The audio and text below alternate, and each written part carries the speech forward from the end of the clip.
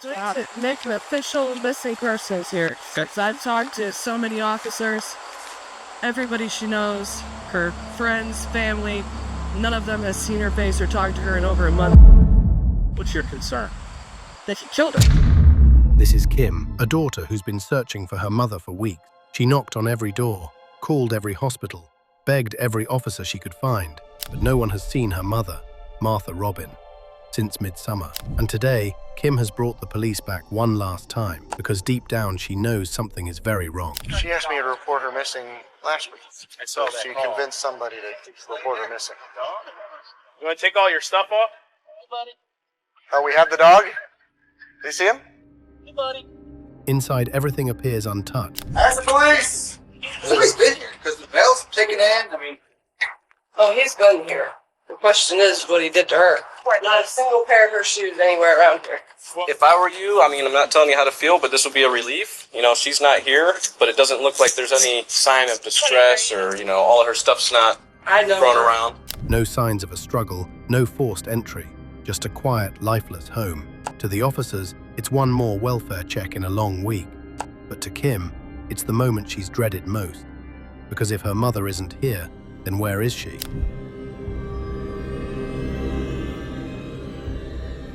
Akron, Ohio. It's the kind of place where most people know their neighbors, where routine feels safe, and where nothing truly shocking ever seems to happen. But for 62-year-old Martha Robin Freitag, life had never really been peaceful. Martha lived alone in a small single-story home on the east side of town.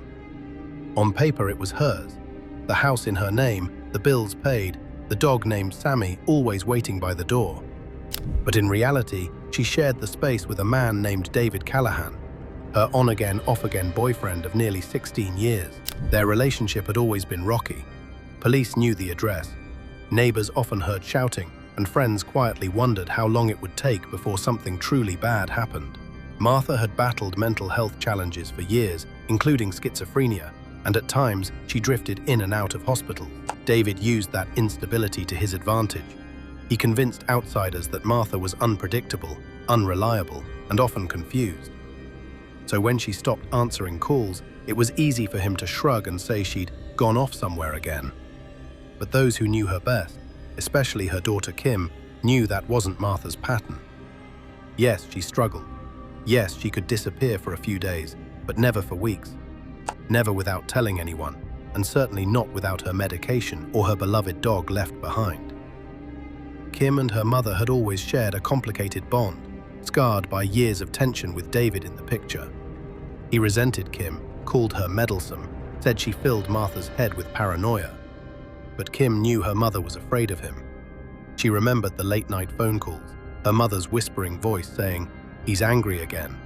And then one night, those calls just stopped. So Kim went to the police, again and again, pleading for them to take her mother's disappearance seriously. At first, they didn't.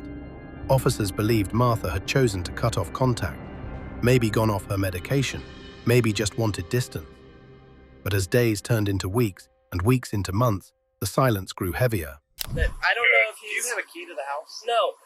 Does anybody have a No. Because that's a problem. We've been out here. We were out here earlier. There's no mail. The trash was taken out. The neighbor said there's a lady that lives there by herself. The guy that was going to the yard.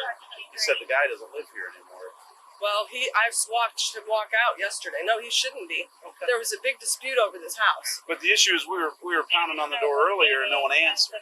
And we didn't have enough Right. to kick the door in and go look for her. But Well, it's been long enough. He should not be here.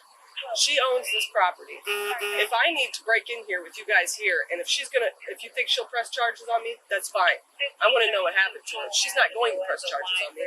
That's not the and problem. she has a mental illness. Yes, she does. And is But she she taking her is. do you know if she's taking her meds? No, I don't know. And now he's got her phone, back minutes on it or whatever, and he can use Facebook from it, but get on her account, and he can send messages, but nobody can answer the phone. Can't hear her voice though.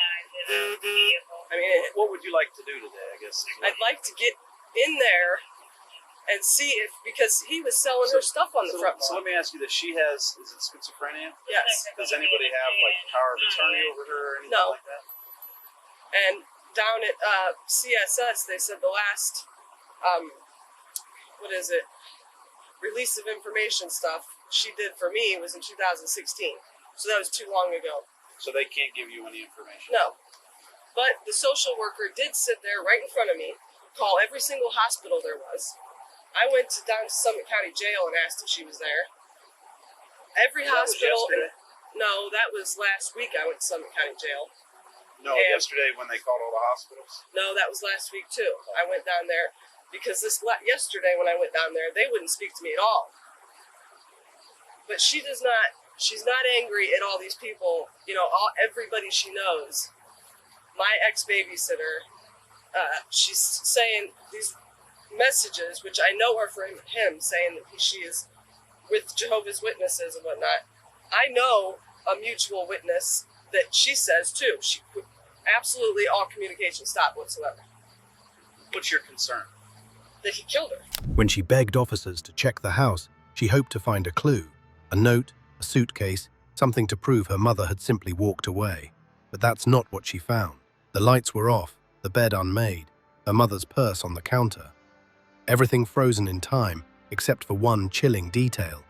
The trash outside hadn't been taken out in weeks. In small towns, disappearances can blur into rumors. Some say she ran away. Others say she relapsed. But what really happened to Martha Robin would soon prove that this was no missing person case at all. It was the beginning of a nightmare buried in her own backyard. It's the first week of September 2018, and Kim's desperation is reaching its breaking point. Her mother has been missing for nearly 2 months. Every night she drives past the house, hoping to see the lights on, but the windows stay dark, the curtains unmoved, and the yard overgrown. She can't shake the feeling that Martha never left. So, once again, Kim calls the police and insists they check the property. This time, the officers agree. You don't have a key to her place? What was that? Did you hear that? There's somebody in there. Yeah, earlier the air conditioner was on, but now it's not. Akron Police! Their body cams record as they approach the quiet house. Akron Police! Somebody's been here because the bell's taken in. Oh, he's been here. The question is what he did to her. Not a single pair of her shoes anywhere around here. If I were you, I'm not telling you how to feel, but this would be a relief. She's not here, but it doesn't look like there's any sign of distress or, all of her stuff's not thrown around. First sign of distress, really, is the fact that there's no Pepsi in that refrigerator. So that means she hasn't been staying? No, she has not been here. I'm telling you, he has done something to her. I know it. They leave that day with no answers. But Kim doesn't stop. A week later, police return. This time because something new has appeared in the driveway, a truck that wasn't there before. How you doing? Is Martha here? She's probably at her boyfriend's house. What's your name, bud? David. David Callahan? All right, come on down here for me. Just have a seat if you would. Why do you think she's at her boyfriend's house? Oh, that's where she stays most of the time. Where's that at? I don't know. I don't even know who it is, really. Are you the only one here? Me and the dog. You and the dog? She's here maybe a couple times a week anymore. We've actually been split up for a year. We've been in separate bedrooms for the last year. Let me get your social real quick. She's schizophrenic. She's been on and off her medication. I don't know how many times. Everything's top secret with her. I guess her and her daughter's fighting again. 604 to computer. Well, that's part of the reason we're out here, because no one in her family's talked to her since July. I don't know how. I know she's texted her. No, she hasn't. Times. She has another phone besides that. It's 96. Well, who are you getting texts from? Huh? Who are you getting texts from? Her? She has a. I see her very randomly here. The house is in her name. We got the house 8 years ago. Right. I'm making arrangements to move off slow but sure. I just don't have the money. Right. I'm trying to. Like I said, I know she's seeing somebody else. I've dated. What's his name? I don't even know. I've never met him. Where does he live at? I don't know. I have no idea. What does he live in Akron? I would think so. You would think so, but you don't know. No, I don't. Is she in Ohio? Yeah, as far as I know, yes. When's the last time you talked to her? I don't don't know, probably, say 5, 6 days ago, maybe. Where was that at? That was here. After that visit, Kim tells the detectives something chilling. Her mother's social media accounts have suddenly become active. Messages are being sent, but the words, the phrasing, the way she types, it's all wrong. Someone's pretending to be Martha. There's messages yesterday. A message was sent to her brother saying, oh, her phone can get messages, no calls though. It won't load minutes. Okay. So I was sending her messages from her mother's phone saying, this is your daughter. I want to know where you're at. Oh, I'm at the Kingdom Hall in Kent with friends. I said, okay, stay there. I'm coming right now.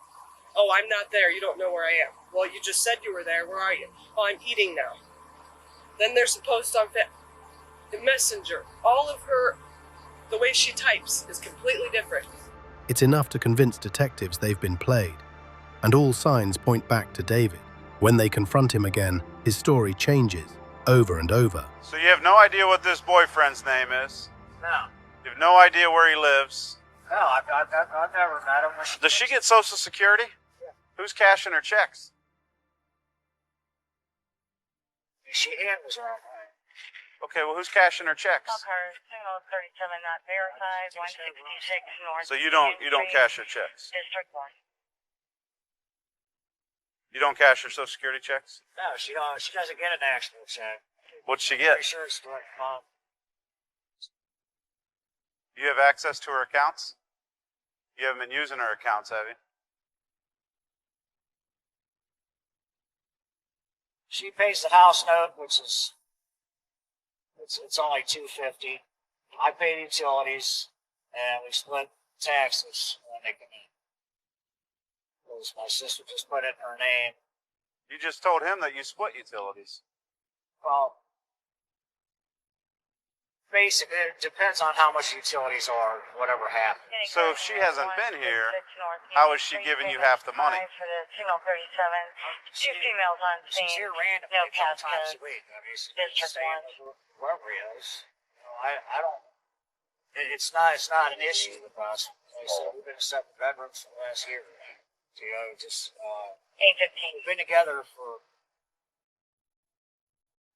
15, 16 years now. So I got problems last year. Just trying to be adult about it, you know, and split. So she decided to move out, but she's... No, she's not moved out. When's the last time she lived here? She still lives here. When was the last time she stayed here? I don't know. I want to say 5 or 6 days ago. But I've seen it one time. What's today? Friday? It was Monday or Tuesday. Whose truck is this? It's my buddy's truck. By the end of that week, the unease around the house grows unbearable. Neighbors start to talk about strange smells at night, the sight of smoke drifting from the backyard. And when one neighbor tells police about a fire that burned for 2 days straight in mid-August, the officers know it's time to dig deeper. We had a fire pit back there of some sort. Right. But, you know, I didn't even know she was missing until a few days ago. Okay. I talked to some policeman named McConnell. Okay, Gave him information about what he said. Okay. And I mean, had you noticed any activity by anybody back there in the backyard recently? just the guy who lived there. What was he doing? In the middle of the night was burning things because I could smell it. And it wasn't unusual because they had fire with it all the time. When was the last time you saw it? You heard it smelling burning The something? last time I saw her was August 6th. Right. And like 2 or 3 days later, we spent 2 days burning something back there. I thought it was a lot closer to the house because I noticed that I could smell the fire. Okay. And there was one day in the middle of the heat wave, I came walking down the street, and as soon as I hit that empty lot next door, she also owned that. Yeah. The horrible stench coming from everywhere. And I thought, it's not even a trash day, so, you know. Yeah, that was, how long ago was that? Middle of August. The camera shakes as the flashlight beam catches something in the dirt. A piece of fabric, charred black, buried halfway in the soil. That's when the realization hits. Martha never left the property. She's been here all along. What they find confirms the unthinkable. Gentlemen? You tell me. Well, here's the deal. Highly suspicious. Seems like a body part, but we didn't want to dig it out anymore till you guys got here. Yeah. I think, all of us would want it dug out a little bit more before you guys can say. 41. Yeah, let's check. Was it dug out when you guys got here? That guy. What made him, did he say what made him start digging? Yeah, he gave the whole story to the other officer and us. But she got an anonymous text saying if this guy who you guys have arrested recently, that if you wanted to get rid of somebody, who would bury it back here by the fence. Oh. So she came back and saw this loose dirt, some ash. And they say that guy to come over and help her. And they say this gentleman is already arrested. Yeah, that's what both of those two people are telling. All right. This is the wife. wife. Missing person that they think it is. And that guy's arrested was a suspect in that. Was this her husband? Did they say? I don't know if they were husband wife. Because I know she had a protection order against her. Okay, copy. Okay. He was staying here. Yeah. She went missing. He was staying here. They've been on and off. I've been out here a couple times where she had a protection order, but it goes back and forth because then she invites him back over and stuff like that. So, let me go talk to these guys real quick, and then we'll let you know what. Yeah, just let's go. Find a person. Well, we don't know yet. Okay, so we're not saying yes and we're not saying no. Okay, we don't know. Have you been on scenes like this before? How do you not know? I can't wait to know. Listen, well, we don't want to. What we're saying is we don't want to contaminate anything. If it is, we're going to work slow right now and make sure if any evidence is there that we don't ruin it. Okay, we want to give the best chance of somebody. Are the crime scene people on their way? Yeah, well, our sergeant's back there talking to EMS, and we'll get everything going. All right, and I know it's your mom, right? So I mean, we'll let you guys know, and then we can get you people to talk to as well. Like I said, with victim assistance, they are phenomenal. They deal with stuff like this, and they'll talk to you, and they'll help you out if it is. Okay. Can you tell if it's her? Not now. No. I don't even think they don't even have the person back there that's going to be digging it up yet. So right now it's a time game, and we gotta wait and see. Just play the waiting game. While investigators wait for DNA confirmation, they already know who their prime suspect is. Inside the station, David Callahan sits alone in an interrogation room. A grey-walled box with nothing but a table, 2 chairs, and a camera pointed directly at him. At first, the detectives keep it casual. So, Robin, were you guys like boyfriend, girlfriend? Yeah, we've been together since 2002. Okay, a long time. It is a long time. I mean, we planned on getting married 2 years ago, and just started arguing over little stuff. She's schizophrenic. Okay. She goes on and off her medication. It's like one of them things. I don't know if you've ever dealt with schizophrenic. Well, through work. Once they get something set in their mind, that's how it is. And, I would have to leave numerous times, just to diffuse the situation. She was diagnosed and had a doctor and everything? Yeah, she was on disability long before I ever met her. Oh, okay. 2002. Did she go to like CSS or anything, or? Not as much as she probably should. Okay. I know she was years ago. Now I think it's every few months. Okay. So when was the last time you actually talked to her? Just beginning of last month. August? I want to say, yeah. Beginning of August, do you think? 3rd or 4th. Do you remember where that was? I was at the house. Okay. So, I mean, she told me she was going to Florida for a couple weeks. I wasn't home. I mean, she called me. I was working that day. I mean, I worked very limited, maybe a couple days a month. What kind of work do you do? I help a plumber. Okay. The plumbers and everything. Like I said, so I wish I could do plumbing. Couple days a month. He paints himself as the patient boyfriend who just couldn't keep up. But every word he speaks raises another red flag. He says he last saw her in early August, that she went to Florida to see her dying father. Then he says she came back. Then she was dating someone new. By the 5th version of his story, even he can't remember which lie he told first. She had a restraining order against you? A TPO Yeah, or a an CPO? So temporary one. TPO? But it lasted like 6 months, I think. Did you get arrested? Because you... No, here's the thing. Yeah, I mean, explain she's called the cops on me a half a dozen times, and I've never raised a hand to her. She's never had a scratch on her. Any report you would read will tell you the same thing. You know, she gets mad and I leave. She thinks I'm out humping everything with a pulse out there that's female. You know, that's just, you know, why she originally got mad at me. You know, she just want to argue all the time, and I just, you know, I just felt, you know, leaving for a day or two at a time, you know, would just calm everything down, and it normally did. I mean, we've always worked things out, but I don't understand why she's not back around. I really don't. You know, they said she didn't go to Florida. That's, I mean, I'm sick.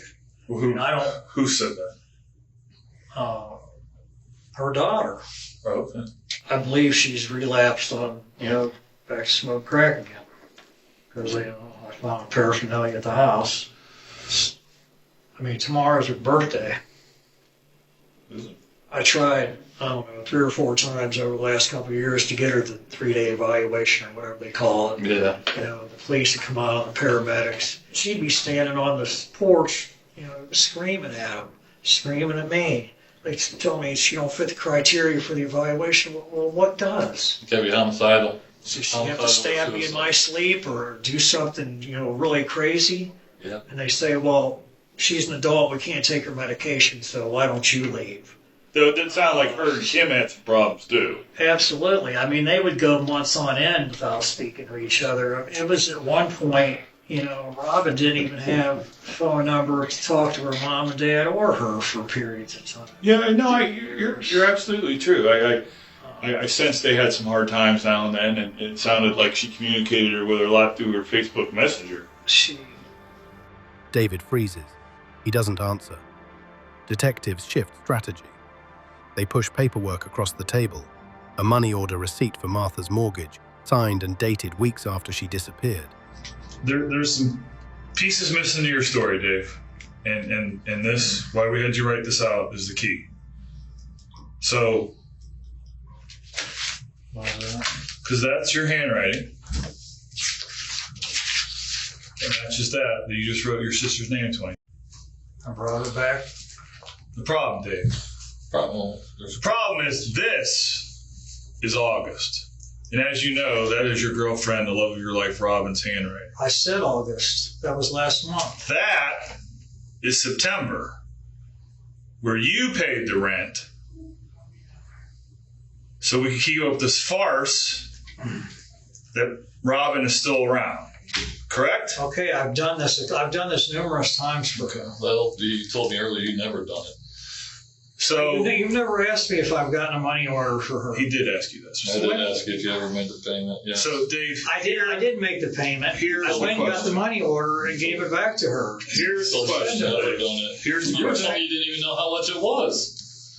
Here's the question. You were saying you didn't even know how much it cost. You did say. Are you a heartless, no good bastard? Are you a heartless, you never asked me if I went and did bastard? that. Okay? He did ask you. If I made the payment to my sister, I never made the payment to my sister. I walked down to Speedway and got this for Robin. I've done it for numerous times. That's not what happened, Dave. Okay? You paid it, so we keep up this mirage that Robin is still around. And the answer is, do you want to be a heartless bastard?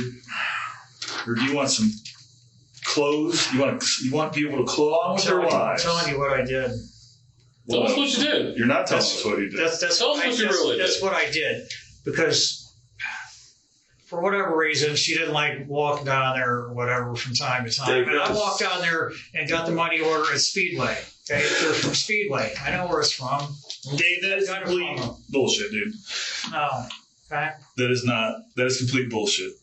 You said you'd never done that. You did that to keep up the farce that Robin is still alive. I never made the payment to my sister. You did. That's your handwriting. His breathing changes, slow at first, then shallow. Huckle. He tries to laugh it off, claiming he was just helping her pay bills, that she asked him to. But the officers don't buy it. They've already pulled surveillance footage from the store where the money order was purchased. It's him on camera, alone. Detectives press harder, circling him like sharks. They mention the backyard fire, the smell, the neighbor who saw smoke for 2 nights straight, the charred soil that's now sealed in evidence bags. David leans forward, hands on his head. Oh, you tell us what's going on. You tell us what's going on, Dave, so we know you're not a heartless bastard, and I promise you can smoke all you want, all right? Not all you want. Not all you want. Well, get it off your chest, Dave. You feel better. You guys feel a little bit better already, just knowing that you're going to make that decision. I didn't mean to do it. I didn't mean for it to end up like that. No, it's not a very... I didn't. I'm not a vicious person like that. It's not a very respectful way for a person to end up. I know it's not. I got scared, man. I'm really scared. All right. Just... Oh, God, man. I understand being scared, no doubt about that. So what was it, Dave? An argument or something, or what? An argument. She called the police on me for no reason. I mean, really no reason at all. And I just snapped, man. Snap. He tells them that on a humid night in early August, he and Martha were arguing in the bedroom. She'd accused him of cheating again and threatened to call the police. He says he lost control, grabbed the half of an old axe handle she kept beside the bed, and struck her again and again until she fell silent. Because we had argued the day before, and I had left just to try and keep the peace. She just kept accusing me of cheating on her, and I wasn't doing it. She just... The day before, and then the day she called the cops on you? Yeah. Tell us about that. I don't even know what the argument was even about.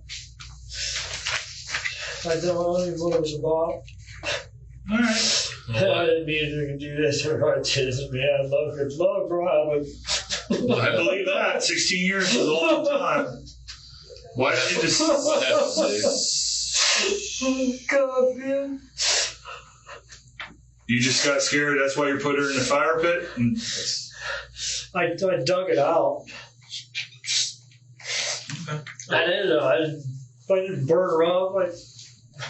What happened, Dave? What happened between you and Robin?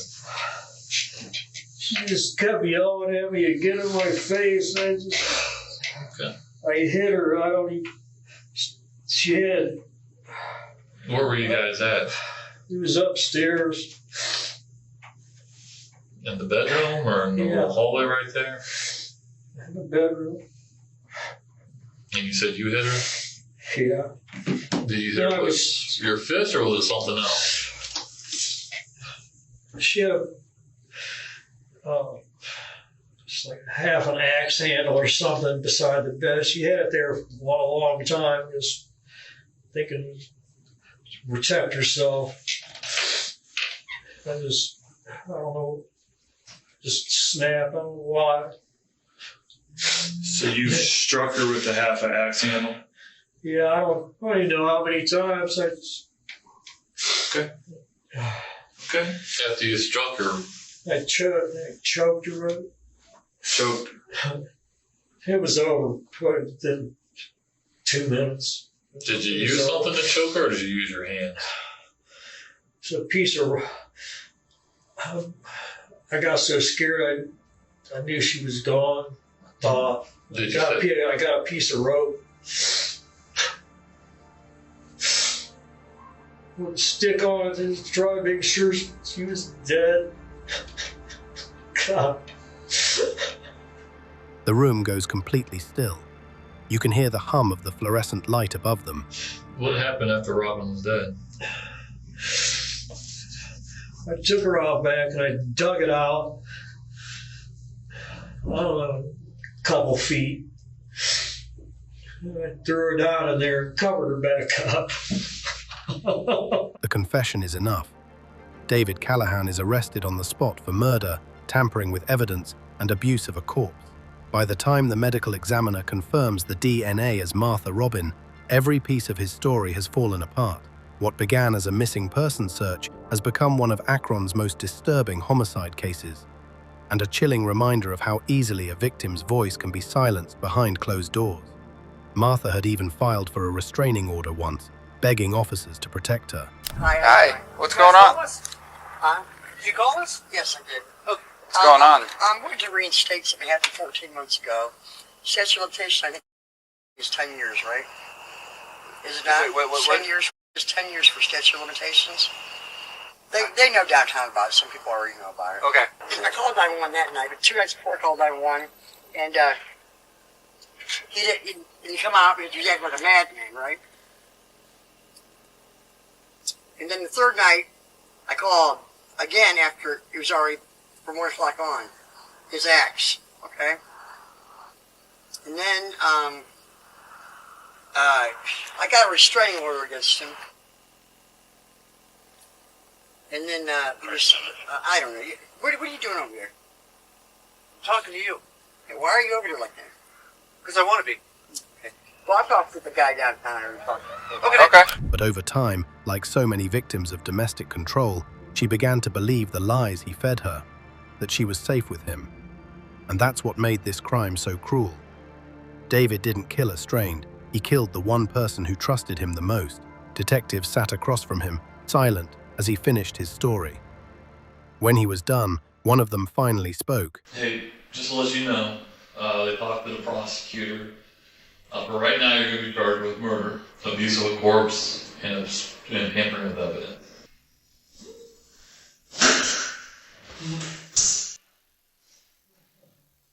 What began as a missing person call from a desperate daughter ended with the discovery of a secret buried just steps from her mother's door. For weeks, Kim pleaded with officers to search again, and when they finally did, they uncovered the truth that had been hiding in plain sight. Martha never left her home. She had been there all along, silenced by the man who couldn't stand to let her go. Evil doesn't always hide in the dark. Sometimes it sits across the dinner table, pretending to care. Martha's story is a reminder that silence can be deadly, and that sometimes the people we fear the least are the ones we should fear the most. If you found this case disturbing, make sure to like, share, and subscribe, so more stories like Martha's are never forgotten.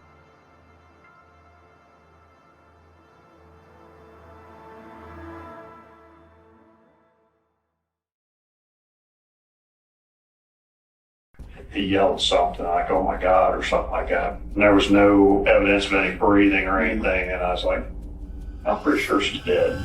The trembling voice belonged to Scott Bozier, the landlord, polite, shaken, and certain of one thing.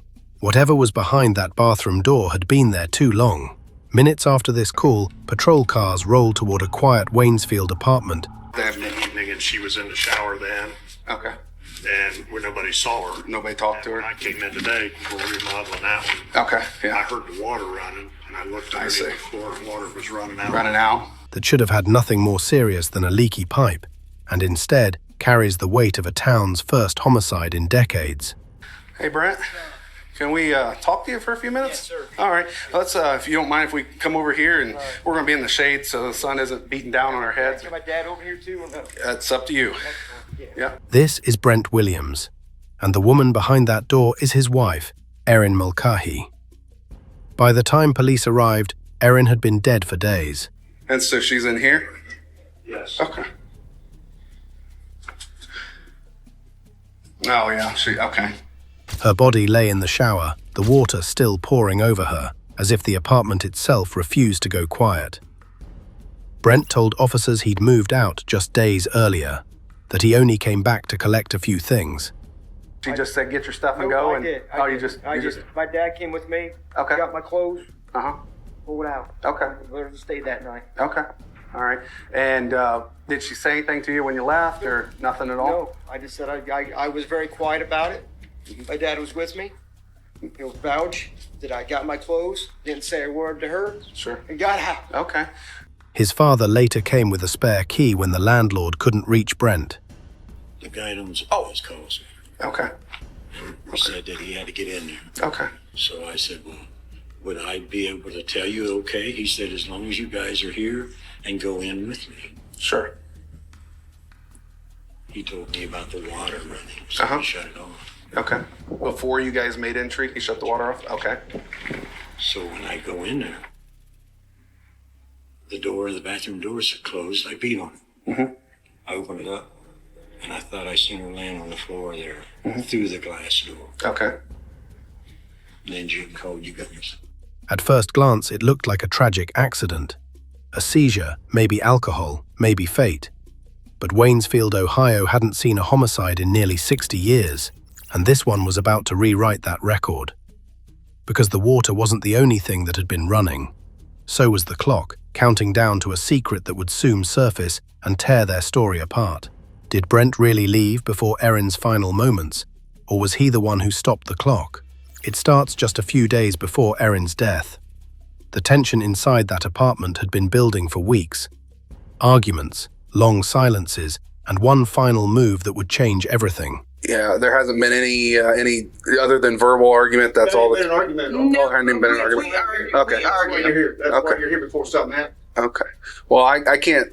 I can't stay here all night and wait until. So what's the plan then? I'm going to get my stuff, and I'm going out. Okay. Are you doing that now, or okay? Okay. All right. Brent said he was leaving. He packed his things and walked out, claiming he was done with the chaos. But sometimes walking away doesn't mean you're gone. Sometimes it just means you're waiting for the right moment to come back. Neighbors remember hearing the shower running that weekend. No one thought much of it. It was just background noise, until it wasn't. Because on July 8th, when the landlord finally opened Erin's door, the air inside was heavy and wet. The water had been running for days, and behind that thin shower curtain was the truth. Waynesfield wasn't ready to face. What happened in those missing hours between Brent leaving and Erin's final moments? Was this the accident everyone wanted to believe, or something far colder hiding behind that constant flow of water? The morning of July 8th began with a call no one wanted to make. 901, wait, 901. 901, go ahead. When you responded to 200 Karen, they just made entry in the bathroom. They're not sure if this is a 16 or not. Affirm. I just cleared this 57. I'm en route right now. It's going to be the name of the female. Aaron, go ahead. Okay. Erin's neighbors had noticed something strange, water flooding into an adjacent unit, the faint hum of a shower that never stopped. So when you entered the apartment, explain how you went ahead and made entry on that. I know I grabbed the knob just, make sure it was locked. The doorknob was locked, so I would unlock it, and it still didn't open. Bathroom door was closed, so I know we beat on the door, yelled her name, no reply. At first, they thought she'd left it on by mistake, but by the second day, the smell coming from inside made it clear. Something wasn't right. When the landlord arrived, he tried calling Erin. No answer. Then he tried Brent, the man who'd just moved out a few days earlier. But Brent didn't pick up either. So the landlord reached out to Brent's father, who came with a spare key. So we went in, and that's when we seen her in the shower then. Which as soon as he seen her, he yelled something like, "Oh my God," or something like that. And there was no evidence of any breathing or anything, and I was like, I'm pretty sure she's dead. The bathroom door was shut. Steam still lingered in the air. When it opened, the truth was immediate. Erin was lying motionless in the shower, water still pouring over her, the drain long clogged, the floor flooded. Rigor mortis had already set in. At first glance, there were no bruises, no blood, no signs of a struggle. To the untrained eye, it looked like a tragic accident. A woman alone, perhaps drinking, perhaps dizzy, slipping in the shower. I'm not sure what it is. I've got to get... Actually, you know what? I do know what that is. That's a nose hair from me. Oh, okay. But detectives noticed details that didn't fit. The untouched towels, the position of her body, and the water still running, as if someone wanted to make sure no one heard what happened. Oh, yeah. Okay. Yeah, definitely. Rigor mortis has already set in. Okay, I'll have you guys step out here because I'm going to have to get some pictures and things like that. So she's in the shower. Rigor's set in. Last time anybody saw her was a few days ago. Still getting some additional information on all that. Brent was here, her ex-boyfriend or whatever was here a couple days ago. Query. And What's your footprint on there? no, that might be one of the guys coming from one of the landlords. They were coming in and redoing the apartment next door. They heard water running. And when Brent was here, supposedly the other day, he said that he heard water running, but they said there was water all the way. It was flooded all the way out here. So We're not even going to perch because I can see right, the beer. right, yeah, exactly. So We'll preserve the scene for you. And okay, all right. Well, I appreciate that. I'm gonna, footprints too. So my right, footprints right there. yeah, your footprints right here. I'm going to talk to these guys and make sure they came in and shut the water off. But they're the ones that found her, so I would presume that. The guesswork ended at the autopsy table. Cause of death: strangulation. No slip, no seizure. Force. With that, detectives reclassified the case to homicide and rebuilt the timeline from data, not memories. They started with the phones. Erin's activity stops on July 5th. No calls, no texts, no app pings after that evening. Whatever happened likely happened then. Brent's messages to her that night go unanswered. His account to officers that he'd moved out days earlier and only returned briefly to grab checks now sits against a hard digital cutoff. When's the last time that you actually talked to Erin? Sunday. Sunday? I moved out Sunday. You moved out on Sunday? Okay. Yeah. Was it kind of a heated argument or just she just said get your stuff and Nope, go? I And did. did you guys have any conversation after you hadn't talked to her at all since Text Sunday? her. Text her. Yeah, you want to read the text? You're more than welcome. Yeah, we can. Yeah, that's fine. I really don't. They don't bother me. Okay. Remember, man, I said don't volunteer. Answer questions, okay? Okay. Detectives widened the circle. Erin had recent activity on a dating app before she died. The man she met cooperated immediately, provided DNA, and was cleared. This is why I wanted to come and talk to you real quick. And like I said, I'm not going to take up too much of your time. But throughout the investigation, I am extremely confident that you are the last guy that she spoke with. I mean, anybody. Anybody that she talked with. Okay. You know, she was a bad alcoholic, I'm sure you know. Right. She drank every day. And that's how I met her, through Alcoholics Anonymous. I've been clean for 27 years, and I met her there, and I take her to a few meetings at times. I tried to help her. You know, and last time I seen her, I was trying to think, man, it's been at least probably a couple of years, but I've talked to her regularly. Let me ask you this. What about the guy that she confided into you about, the guy from Tiffin? Right. She had said that some guy, she had sex with some dude.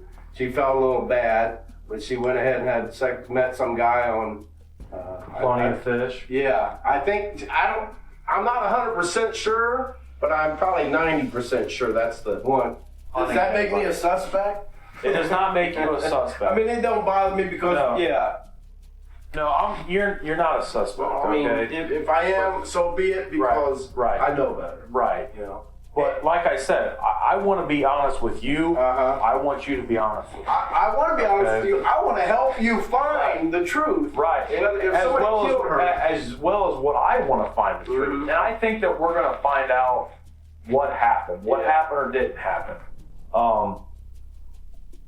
But I need some more answers. Because, you know, I just... Right. The way absolutely. I need some more answers. And like I said, I need you to shed some light on some stuff. On her with me. Man, it's just too weird. Right. For her to tell me what that stuff and then to turn up dead, it just too bizarrely ironic, you know. And as a friend I owe to, I'm gonna miss her. Right. We talked a lot. Right. You know, even when she was drinking or whatever. That detour mattered. It ruled out an easy scapegoat and kept the lens on the marriage. Brent agreed to talk. He offered a voluntary DNA swab without argument, but grew tense when the request turned to his phone. One other thing that I would like to do, and here again, this is just to eliminate you from any wrongdoing, is I was wondering if you would be willing to give a voluntary DNA sample.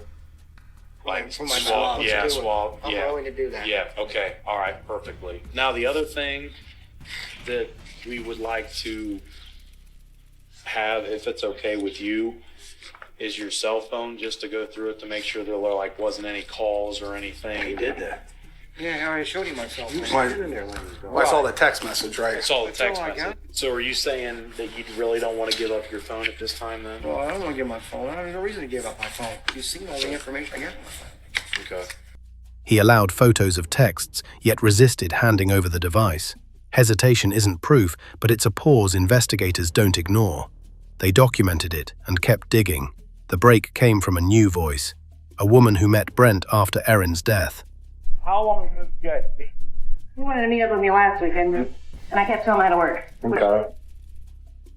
Well, then he kept texting me and calling me, so I finally got back a hold of him, and then we were just texting. So we met yesterday over at Shawnee Reed Road, but he started talking about his wife dying. I'm like, okay, I thought maybe it happened, a while ago. But then the more and more talk, I said, so how long ago did it happen? Oh, it's not been 2 weeks yet. Well, my first reactions are, you serious? I mean, if my husband died, and I'm a widow, I wouldn't be worried about being on these chat lines and doing this whatever, So we're just making comments. I was like, talking about the world. I was just playing along with him, just with them, like, how you text on people and stuff. Right. And he said something about her dying. But the way he said it was weird as hell. What did he say? We were just sitting there, and he was talking about, he's got to get this on in his life. And I said, well, when's the thing you got to do tomorrow about, putting her in the mausoleum? And he said, well, it's tomorrow sometime. I got to call her dad, Jim. I think that's what he said. And I said, we don't have to rush this. Even though I wasn't trying to be, I was just talking. I said, we don't have to rush this. I said, because you need to grieve for your dead wife. I said, most people are. He goes, well, I was done, I already grieved. He goes, I didn't even care before she died. I've been okay with it. He's like, I'm ready to move on. And then he's all happy about getting a check in the mail for her death. The way he said it, he was like, weird. He said, well, I'm waiting for a check in the mail. I said, for what? And he said, life insurance. And I said, well, you took one? He's like, yeah, I took one out on her. He's like, I knew she was going to die. I said, well, Did he say how much? $25,000? In her account, Brent spoke less like a widower and more like a man already planning next steps, and he mentioned a life insurance policy taken out on Erin weeks before she died. $25,000. The number wasn't large, but the timing was loud. Paperwork confirmed it existed and that it was recent. Motive doesn't solve a case, but it sharpens the edges of a timeline. Detectives secured a warrant for Brent's device. No confession lived inside, but nothing there contradicted the emerging pattern. A marriage in collapse, a phone that goes dark on July 5th, a staged-looking scene built around water and silence, and money set to move if Erin didn't live. They layered the evidence, the forensic finding of strangulation, the digital silence, the post-death behavior, the insurance policy, and the cleared third party. Individually, each piece could be explained away. Together, they formed a corridor that led in one direction. When the file closed on this phase, the question wasn't whether a crime happened. It was who had the access, the opportunity, and a reason that predated the discovery. Detectives believed they had their answer, and they were ready to test it in court. On paper, Brent Williams looked ordinary. Steady routines, small-town roots, a marriage that had frayed long before the bathroom door swung open. Up close, detectives noted a pattern. Withdraw, control, distance. The kind that often hides in plain sight until stress and opportunity collide. There was also family insulation. Brent's father often fielded calls, opened doors, and buffered interactions. Hello. Hi. How are you? Super. Are you looking for Brent? Living the dream. We are. Is he here? No, he's in line. Okay. Is he? Okay. Okay. Is there any way you could get a hold of him or have him come back down here? Because I'd like to talk to him again, if that's okay, real quick. Well, yeah, but it's not going to be real quick. He's in line. No, I understand that. Why are you wanting to talk to him again? Right. There's just a few more things that we'd like to talk to him about from, Saturday night when we talked and whatnot. Okay, you got me on edge now. Okay. You got his mother on edge. Okay. You better come across with something, buddy, because I'm thinking my son's going to jail, and you better help me out on this one. And I'm damn serious. Okay. He's not going to jail. Okay. You sure of that? No, he's not going to jail. Okay. Then I'm going to call him. Yeah, no. Is he going to be charged with something? No. Is he going to be charged with something? No, we're still trying to figure out exactly what's going on. To get this figured out, okay? Because there are some loopholes that we're trying to get those loopholes filled up. That's what we're trying to do. I'm about ready to pass out here. Okay. I am Because too. you're working me up. And I know you're not doing this intentionally and all this. Glenn, How am I working you up, sir? Because my son is in on this and you're asking more questions about him. And she's Wouldn't you dead. be concerned about him? Right. You wouldn't be concerned about your son? Wouldn't you? we've been a mess. Protective, understandable. But to detectives, it looked like a human shield. One more layer between Brent and direct scrutiny. You guys are pissing me off. You both give me the idea. Because I stood there. Saturday night up there. No big deal. We're just crossing our teeth.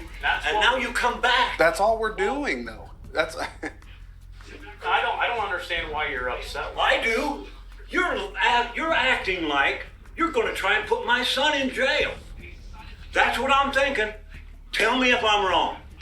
You're not. You're wrong. I am not. I have no intention on putting your son in jail, but I'm scared to death you are. We have an obligation to figure out what took place as well. And there's a couple more questions that we have for him. And the reason we came here is because this is where he is living. That's right. If he wasn't living here, we would go to where he lives. We wouldn't come here and bother you guys. I'm going to ask another question. Does Brent have anything to worry about? I already asked them that. They said they are not taking him to jail. We are not Absolutely taking not. him to jail. Absolutely not. Absolutely not. And are you arresting him? And right now, they're not No, going to. no. Arresting would mean taking to jail. Right So. now, there's going to be no charges, he said. Right. Until there could be charges. I'm not going to say, I can't, look, there are questions that I can't answer right now, and that's why we are trying to get everything taken care of, okay? And we would rather, like I told you on Saturday, we want to cross our T's and dot our I's and eliminate everybody that could potentially be involved with this and make sure we come to the conclusion. So when this is all said and done, we know what happened and why it happened. That is our goal here, and that is do justice for you guys, it's do justice for Brent, and it's do justice for Erin and her family. That's what we are trying, that's why we are trying to do everything and do everything the right way. If we were doing this, we wouldn't be standing here right now, okay? We wouldn't be standing here right now, but we want to do this as thorough as we can. We want to make sure that we're doing everything the right way. So down the road, whether it be a month down the road, 6 months down the road, a year down from the road, 5 years down the road, people can't come back and start questioning us that we didn't do our investigation the right way. Again, not evidence of guilt on its own, but as with the running water and the silent phone, it fits. When investigators stacked these traits, access, opportunity, pre-death policy, post-death demeanor, and selective cooperation, Brent no longer read as a bystander to tragedy. He read as a center of gravity in a story that began before July 5th and ended in a shower that never turned itself off. So how you doing this morning? Great. Wonderful. Wonderful. Hey, I know that last night I went up to Bear Barrel, and I know yesterday was kind of a long day. And Yeah. So, like you and I had talked, we figured we'd meet this morning, a little bit easier to talk and things like that. So, as long as that's okay with you. That's fine. Today's fine. Today's fine. I've got my. Is this being recorded? Do what? Is this being recorded? Is this conversation being recorded? All conversations I have are recorded. Yeah. So, okay. Why weren't we told that? Because it's not an obligation to let you secrets from them? No, we're not keeping anything from you guys. Okay. We're getting legal counsel. Here is William. Okay. Here's his number. You're Calling scaring him us, today. man. I'm calling him today. Okay. We don't. We've got his number. We don't need his Yeah, number. you didn't tell us. This is it. I'm done. You're scaring us. Yeah, you're scaring us. When I saw his phone, I knew. Actually, I was checking the time. I was actually checking the time. Legal counsel. I mean, no, that's fine. This is how we do everything. You should have told us. Okay. We're not obligated to let you know. I mean, Been nice if you would have said that.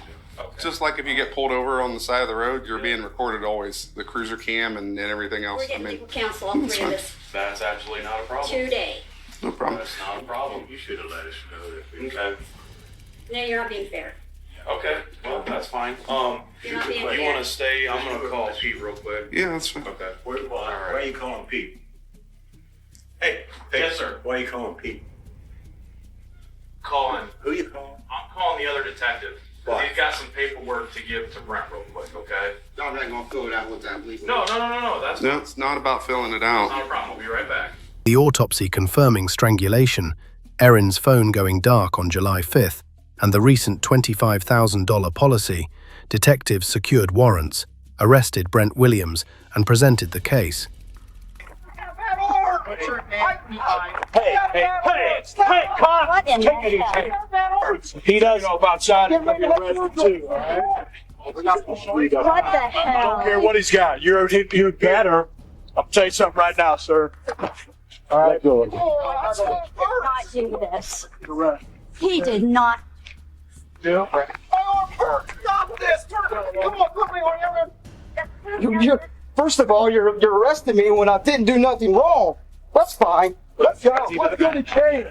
He was later convicted of murder and sentenced to 15 years to life. In the end, the water never lied.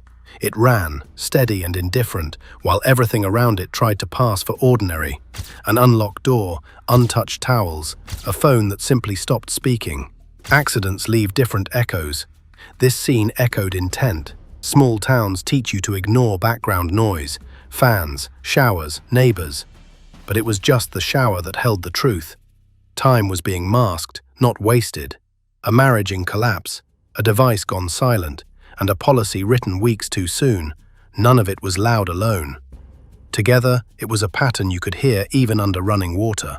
What single detail flipped this story for you? From tragedy to homicide? Comment your guess before the reveal. And if you want more cases where the small sounds matter, make sure you're subscribed so you don't miss the next one. On the evening of September 17, 2023, the quiet suburban town of Romaville, Illinois, became the scene of a deeply disturbing crime that shattered the sense of safety within the community. What began as a routine welfare check by local authorities quickly escalated into the discovery of a shocking act of violence that sent ripples of fear and disbelief throughout the nation.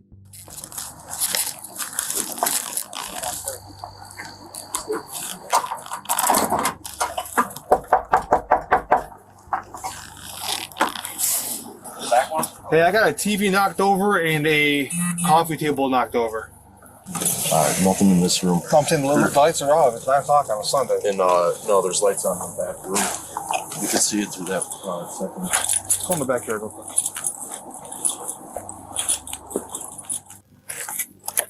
This one's open. See if you can speak in the back. Is the window right? Yeah, 2 windows. Yeah. Yeah, I'll go this one out. This one open. No. Oh God. I need more units here. Hold this. Yep. I got 2 dead dogs, TV's knocked over, and a coffee table knocked over in the front room. Inside a modest home on Concord Avenue, 31-year-old Zoraida Bartolome, her husband Alberto Roland, and their 2 young sons, 10-year-old Adriel and 7-year-old Diego, were found lifeless. It was an unimaginable tragedy that would leave investigators and the public searching for answers. What initially seemed to be an inexplicable event soon unraveled into a complex web of deception, manipulation, and premeditated harm.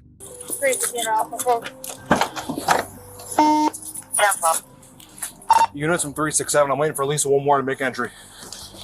From a position of cover, please. I don't know if anybody's in there or not. You got another door right here.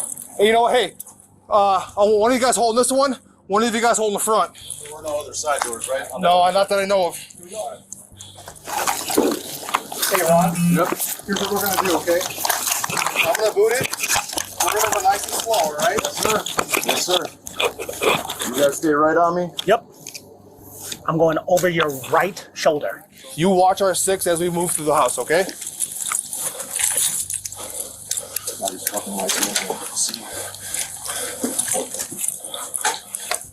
Corey, come up here, cover this door, this window. Fuck, this lights is dead, god damn it. Christian, yes. Door's open. Alright. Hold on. Dispatch Romeoville 315. 133 traffic. Maintain the very good driver's license. Alright, Ron. Right. Alright, Yep. I'm with you, Ron. Romeo, please, anybody here? Move on.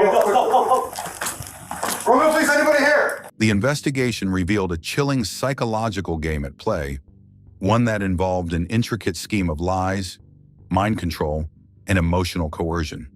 The deeper authorities dug, the more horrifying the truth became. This was not a random crime. It was the calculated result of an insidious plot fueled by jealousy, paranoia, and manipulation. The unsettling sequence of events began when concerned family members noticed something was off. Calls and text messages to Zoraida and Alberto went unanswered for hours, an unusual and troubling sign. Zoraida's mother and sister grew increasingly anxious as the silence stretched on, knowing that the couple was always quick to respond.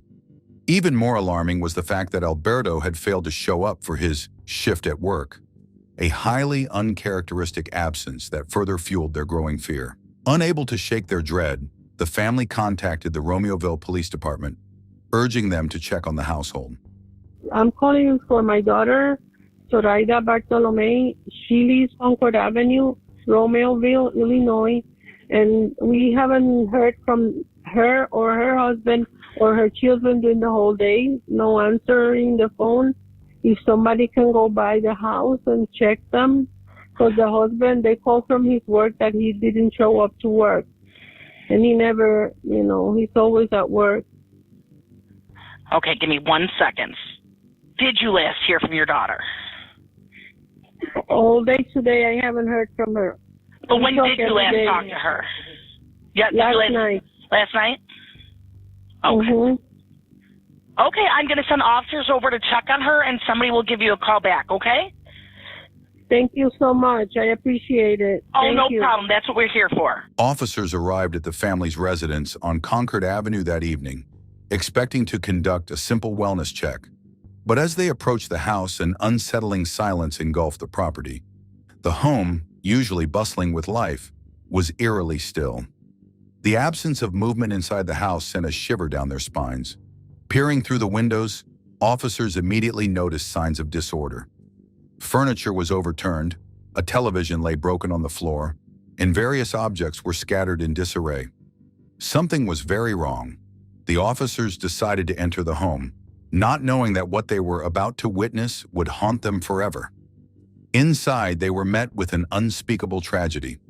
2 dogs, the family's beloved pets, lay motionless near the entryway, a grim prelude to the scene that awaited them. As they ventured deeper into the house, the true extent of what had occurred became painfully clear. The scene was one of unimaginable sadness and despair. Alberto was found in the hallway, his body showing multiple wounds, with his phone lying just inches from his hand, as if he had been trying to call for help in his final moments. Investigators later determined that he had been harmed first, leaving him no time to react or defend himself. The manner in which he was targeted suggested that whoever was responsible had planned this act meticulously, ensuring that he would not be able to escape or fight back. In the bedroom, Zoraida's lifeless body was discovered, her hands covering her face, an instinctive reaction to an unimaginable horror. The position of her body, along with forensic analysis, indicated that she had witnessed what had happened to her husband before she, too, became a victim. The psychological toll of her final moments was unfathomable. She had been a mother, a wife, a daughter, and a sister, and in those moments, she had been powerless to protect herself or her children. But perhaps the most heartbreaking discovery was that of the children, Adriel and Diego. The 2 young boys had been found in their beds, seemingly unaware of what had transpired. Their room, which should have been a place of warmth, safety, and laughter, was now a heartbreaking testament to an unthinkable act. Their toys lay untouched, their blankets still neatly covering their bodies as if they had been peacefully asleep, unaware of the danger lurking in their home. The innocence of had been shattered in an instant, leaving the community reeling with grief. Shell casings littered the floor, over 24 in total. The calculated nature of the act, the lack of forced entry, and the deliberate attempt to stage the scene as a burglary quickly led investigators to dismiss the notion of a random home invasion. This was a targeted attack, one that had been executed with precision and without hesitation. But who would want this family harmed, and why? Preliminary investigation leads police to believe this happened between 9 p.m. on Saturday and 5 a.m. on Sunday morning. We are not asking anybody to shelter in place. We are not actively looking for anybody in the area. But we do always ask our residents to have a good sense of self-awareness and to report anything that they might see as suspicious. As authorities began their investigation, they uncovered a chilling pattern of threats leading up to the incident. Zoraida had confided in a co-worker that she had been receiving ominous messages in the weeks before her passing. Messages warning her to stay away from someone. These messages were anonymous, filled with cryptic wording, and conveyed a sense of imminent danger. The co-worker had urged her to report them, but she had downplayed their severity, never imagining that they would escalate into something so devastating. Alberto, too, had received a terrifying message just days before the incident. An anonymous sender warned him, "This will be the last time I say this, Alberto. This situation will cost you your family." The wording was deliberate, as if it had been designed to instill fear and compliance. He had shared his concerns with a close friend, questioning whether these were just empty threats or something more sinister. He had no idea that his life and the lives of his family were already in grave danger. It was now clear the family had been marked. But the most pressing question remained. Who was behind these threats, and what had driven them to such extremes? With this information, investigators turned their focus to Nathaniel "Nate" Huey Jr., a local security company owner. He had a past that was more complicated than it seemed. What can you tell us? I know about a relationship which stemmed from here. Mm-hmm. So when you guys, are you married? Yeah, but not paper. I mean,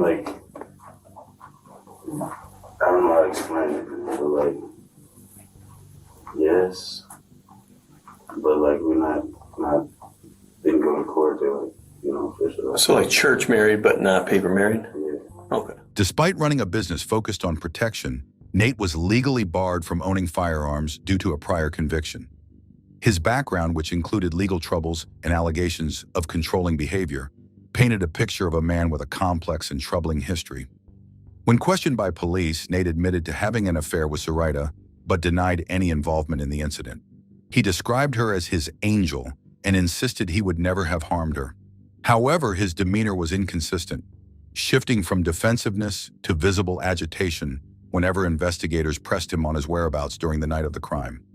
I gotta ask, did you have anything to do with this? Okay. I have to ask, and you know that your number is going to be in her phone, and we're going to find your text messages, and we're going to find that stuff, and I want to get a surprise later on that you guys are fighting, or that there was something going on between you two, or just three of you that I don't know about, Nothing like that. Nobody was threatening anybody. We weren't fighting. Really, she's like fucking angel, you know what I'm saying? A sweet girl, so I don't know. I mean, did she ever tell you I'm worried, I'm scared of my husband, or I'm worried, I'm scared of a neighbor? He didn't seem threatening. The reason we were really taking everything really slow is because he just seemed like he was just a pretty nice, easygoing guy, but just kind of one of those things of she's not happy, so it's, but he was good. He was good to the kids and shit, so sort of like that. When you say you guys were gonna move forward, so were you guys actively looking to try to get a place together or something?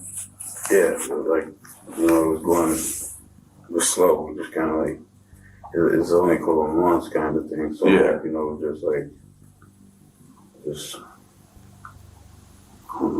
don't know. No, I get it. A woman could explain it better. Yeah. No, I get it. His statements lacked clarity, and his attempt to provide an alibi fell apart under scrutiny. But his story quickly unraveled. His alibi was weak, and surveillance footage placed his vehicle near the crime scene during the estimated time of the events.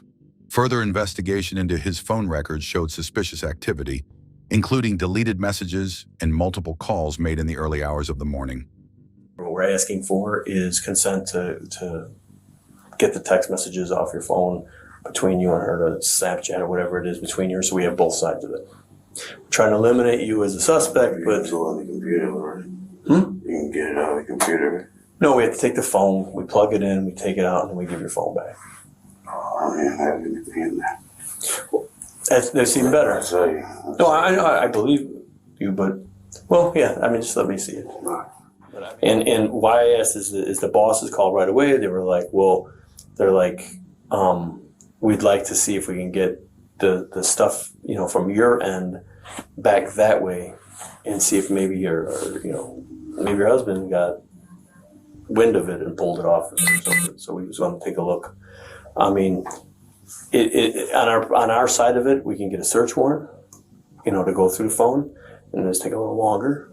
But on the fastest way would be consent, pull it off, and give your phone back. Than it would be to, and again, I explained to you earlier, I'm trying to eliminate you.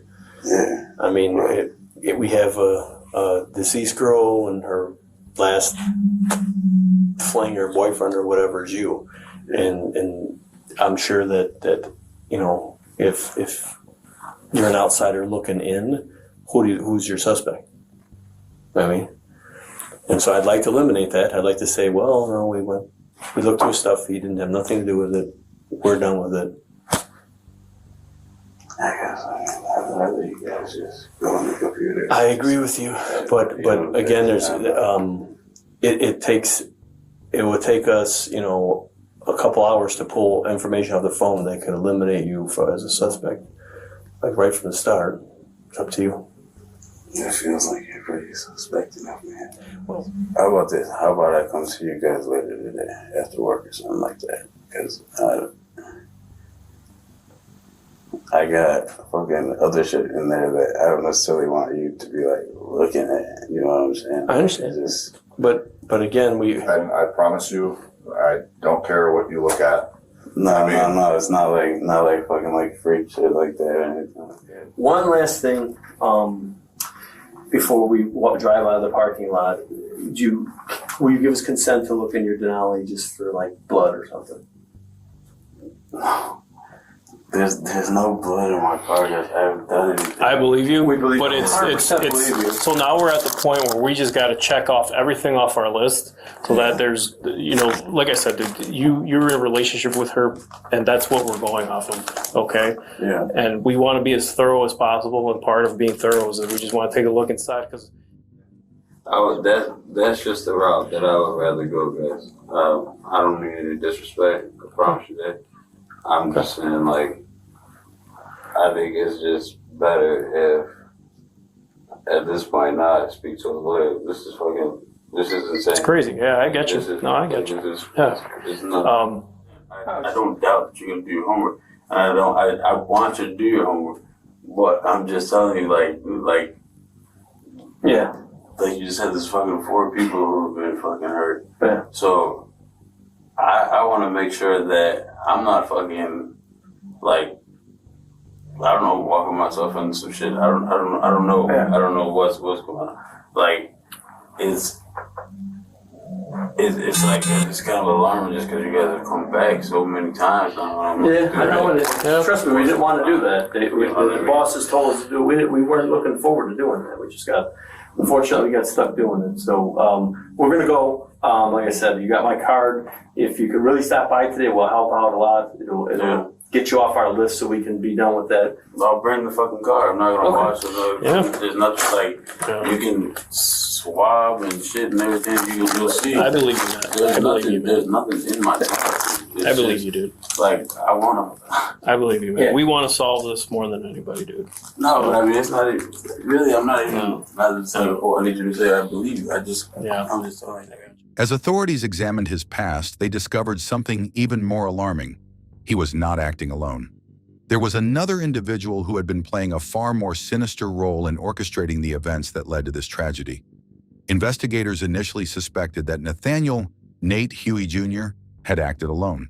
However, as they delved deeper, they uncovered an even more sinister presence behind the entire ordeal. Hermelinda Palomo, Nate's fiancée. Hello. Hi, Hermelinda. My name is Detective Garcia. Hello. From the Romeo Police Department. This is Detective Wagner. Hello. I know you know what's going on and why you were here. Okay? I know you were talking on the phone with your husband right now. Husband Okay. or boyfriend? He's just a Okay. Does he live here with you? How long have you guys been together? 2015. Okay. We're investigating a murder. Okay? I murdered somebody.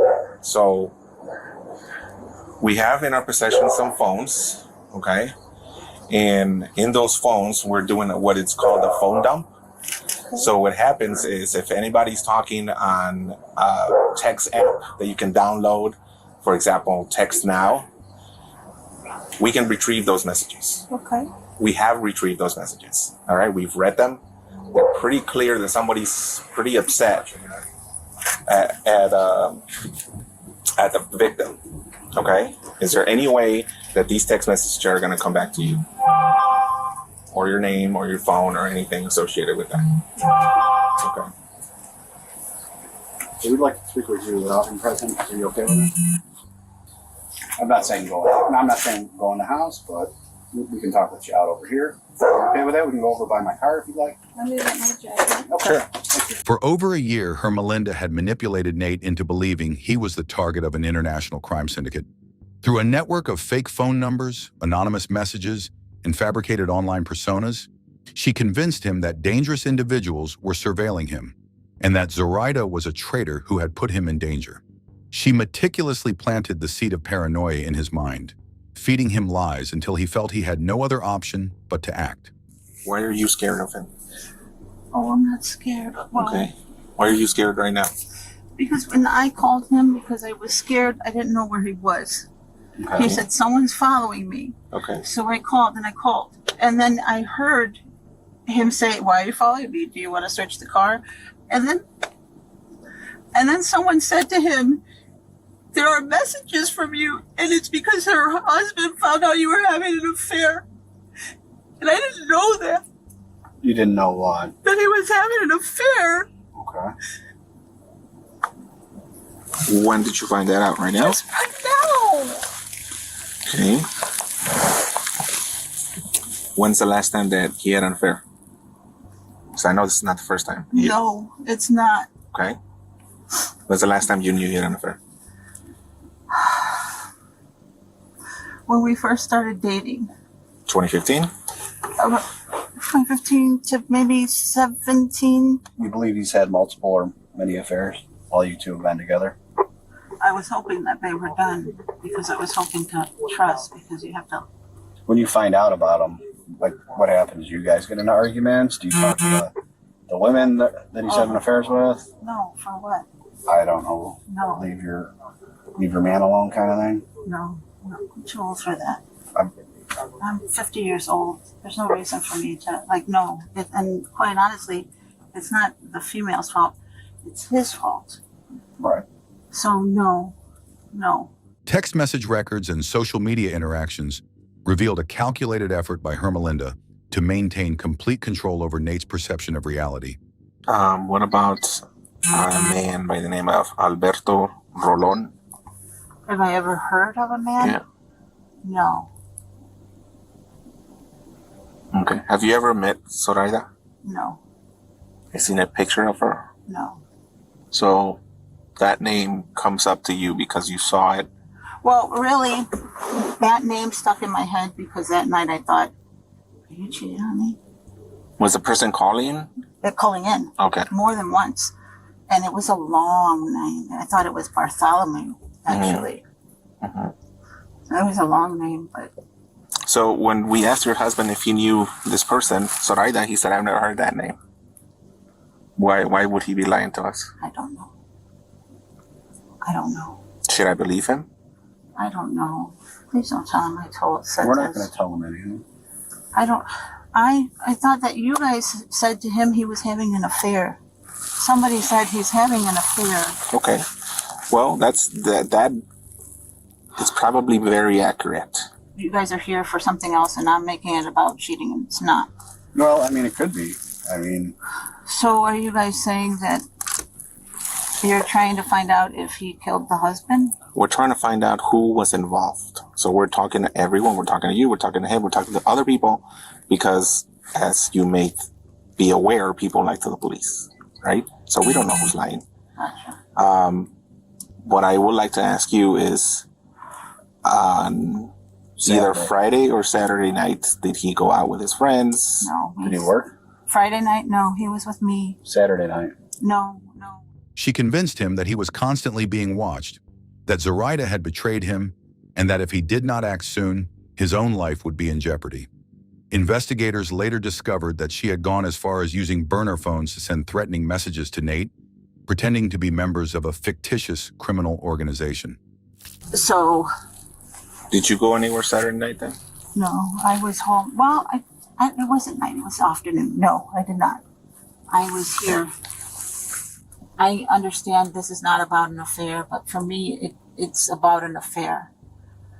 I don't know what day you guys are looking at, but for me, he was home all weekend. Thursday to today. He goes to work, he comes home. Do you think he's capable of taking someone's life? No. I'm sorry. I know. How sure are you of that? You know, Nate is a lot of things, but what he tries to do is to calm people down and stop them from fighting. So for him to just actually fight with someone, no.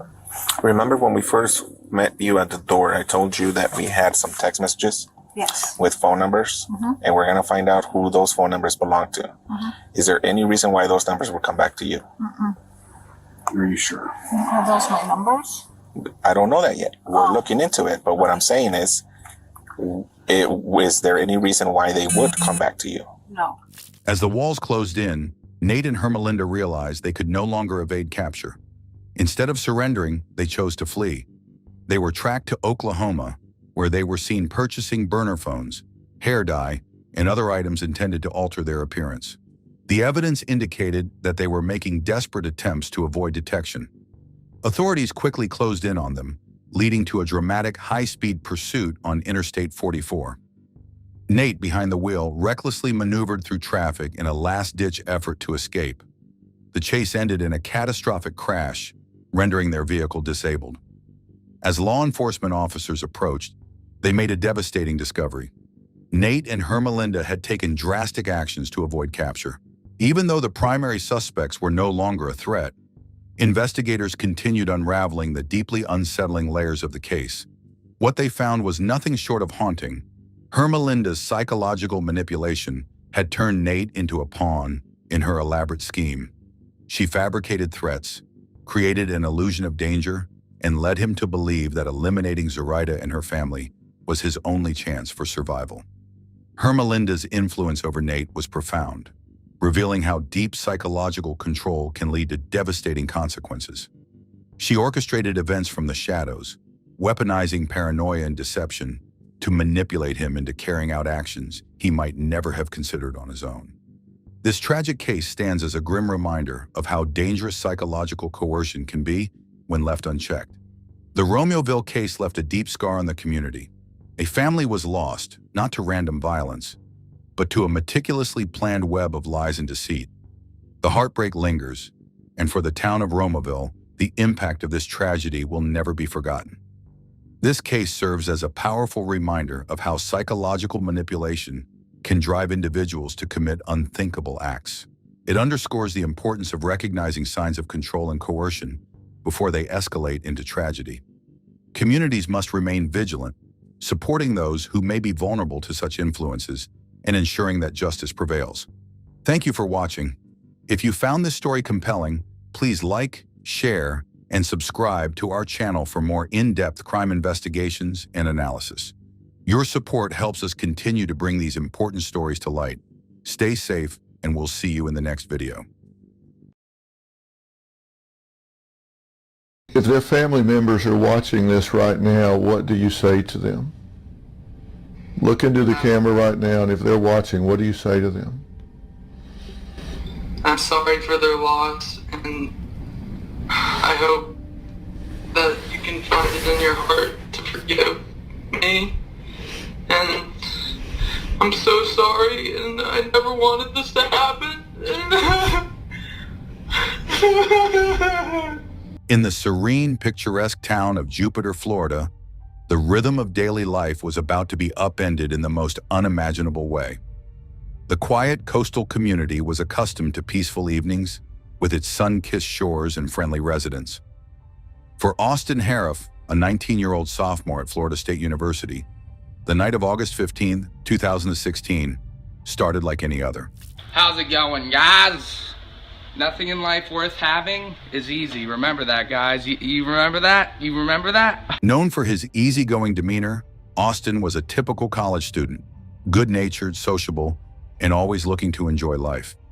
Yet behind this persona, something darker was brewing in Austin's mind.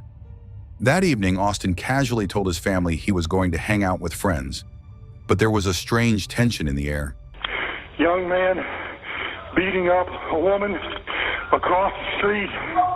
Okay, are they outside or in a house? It's in a garage. Okay, can you tell if he has any weapons? I think he had a knife, but I'm not positive.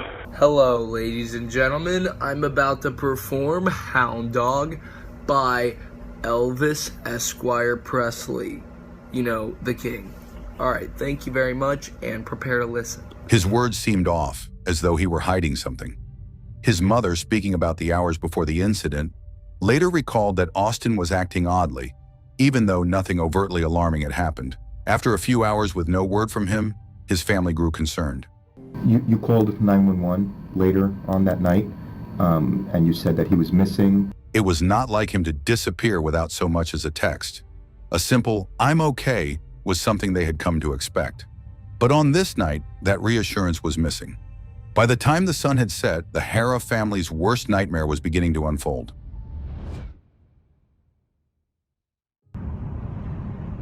Hello, bros. It's Austy Frosty, man, and today I want to talk about personal trainers and why you should be cautious when following a personal trainer.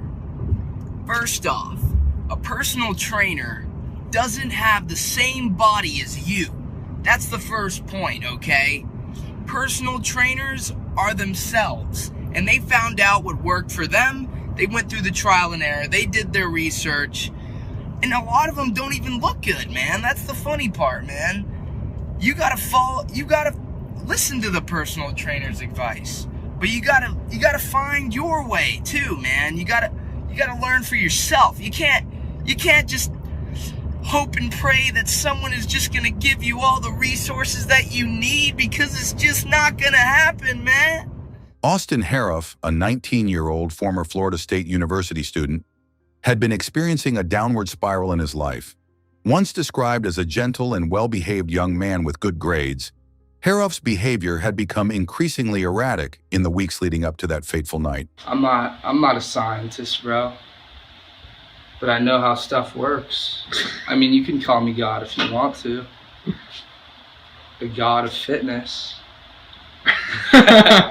His parents, Mina and Wade Harroff, had grown concerned about his mental state and were in the process of arranging a mental health evaluation for him. Well, how's life? It's a tough on us, Austin. We're not used to this. Am I going to be okay? Yeah, you're going to be okay. How's Are they Jupiter? taking care? Are you taking your medicines? Yeah, I'm taking my medicine. You need to get a Bible, Austin. I know. I asked for one. Do you have one? Are you getting me a therapist or anything? Yes, I plan on it. Little did they know, their son was on the brink of committing a heinous crime that would leave a community in shock and forever change the lives of those involved. At 9 p.m., as Austin's family began to worry about his whereabouts, an entirely different nightmare was taking place just down the street. John Stevens and his fiancée, Michelle Miskin, were preparing for bed. It was a typical Tuesday night for the couple, who lived in a modest, comfortable home in a quiet neighborhood. They had no reason to suspect that this peaceful evening would be their last.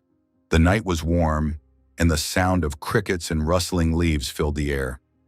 But that calm atmosphere was shattered when, at precisely 9 p.m., a neighbor out walking his dog made a disturbing discovery. As he strolled past the Stevens home, he glanced through the bushes and saw what he first thought was a bizarre and grotesque scene. A young man, hunched over a person on the ground, seemingly engaged in some sort of strange behavior.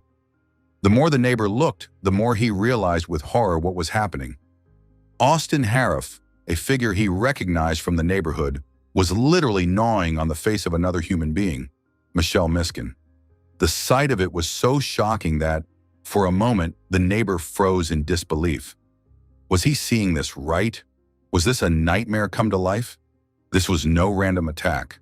This was something far darker.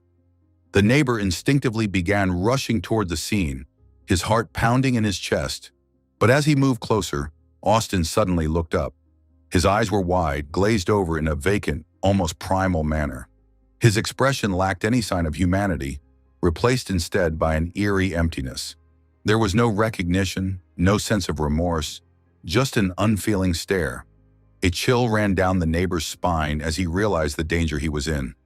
Austin, now completely disconnected from any semblance of rationality, stood up slowly, his body tense and rigid. Without a word, he reached into his pocket and pulled out a knife. It gleamed menacingly in the dim light of the street lamp above them. "Stay back!" the neighbor shouted, trying to retreat, but it was too late. Austin moved with lightning speed, closing the distance between them. The knife came down in a swift, erratic motion. The neighbor instinctively raised his arms to protect himself, but it wasn't enough. He felt the sharp sting of the blade slice across his forearm. Blood poured from the wound, soaking his clothes, but he didn't stop. Every ounce of adrenaline in his body screamed at him to run, to escape before it was too late. "Help!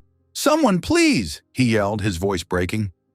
In his panic, the neighbor staggered backward, trying desperately to find safety. But Austin followed, his footsteps heavy and deliberate. Every time the neighbor thought he had gained distance, Austin would advance again, his eyes never leaving him. The neighbor managed to stumble backward to the corner of the street, where he collapsed into the arms of another neighbor, gasping for breath. He's eating her face," he managed to choke out. His words seemed to make no sense, yet the horror of what he had witnessed was undeniable. The brutal, senseless attack would haunt him for the rest of his life. The 911 call that followed was raw, panicked, and filled with confusion. The neighbor, his voice shaking, barely managed to explain the horror he had just witnessed. Don't open that. Don't open that. Fire rescue, what's your address? Young man beating up a woman across the street. Okay, are they outside or in a house? It's in a garage. Okay, can you tell if he has any weapons? I think he had a knife, but I'm not positive. Okay, can you tell if she's injured or he's injured? Say again? Are either of them injured? Can you tell from where you are? Yes, there's a girl laying on the ground. He beat her up. I ran over there. I'm bleeding profusely here at the moment. Okay. I don't know what happened. All right, can you tell if she's conscious or is she unconscious? Say again?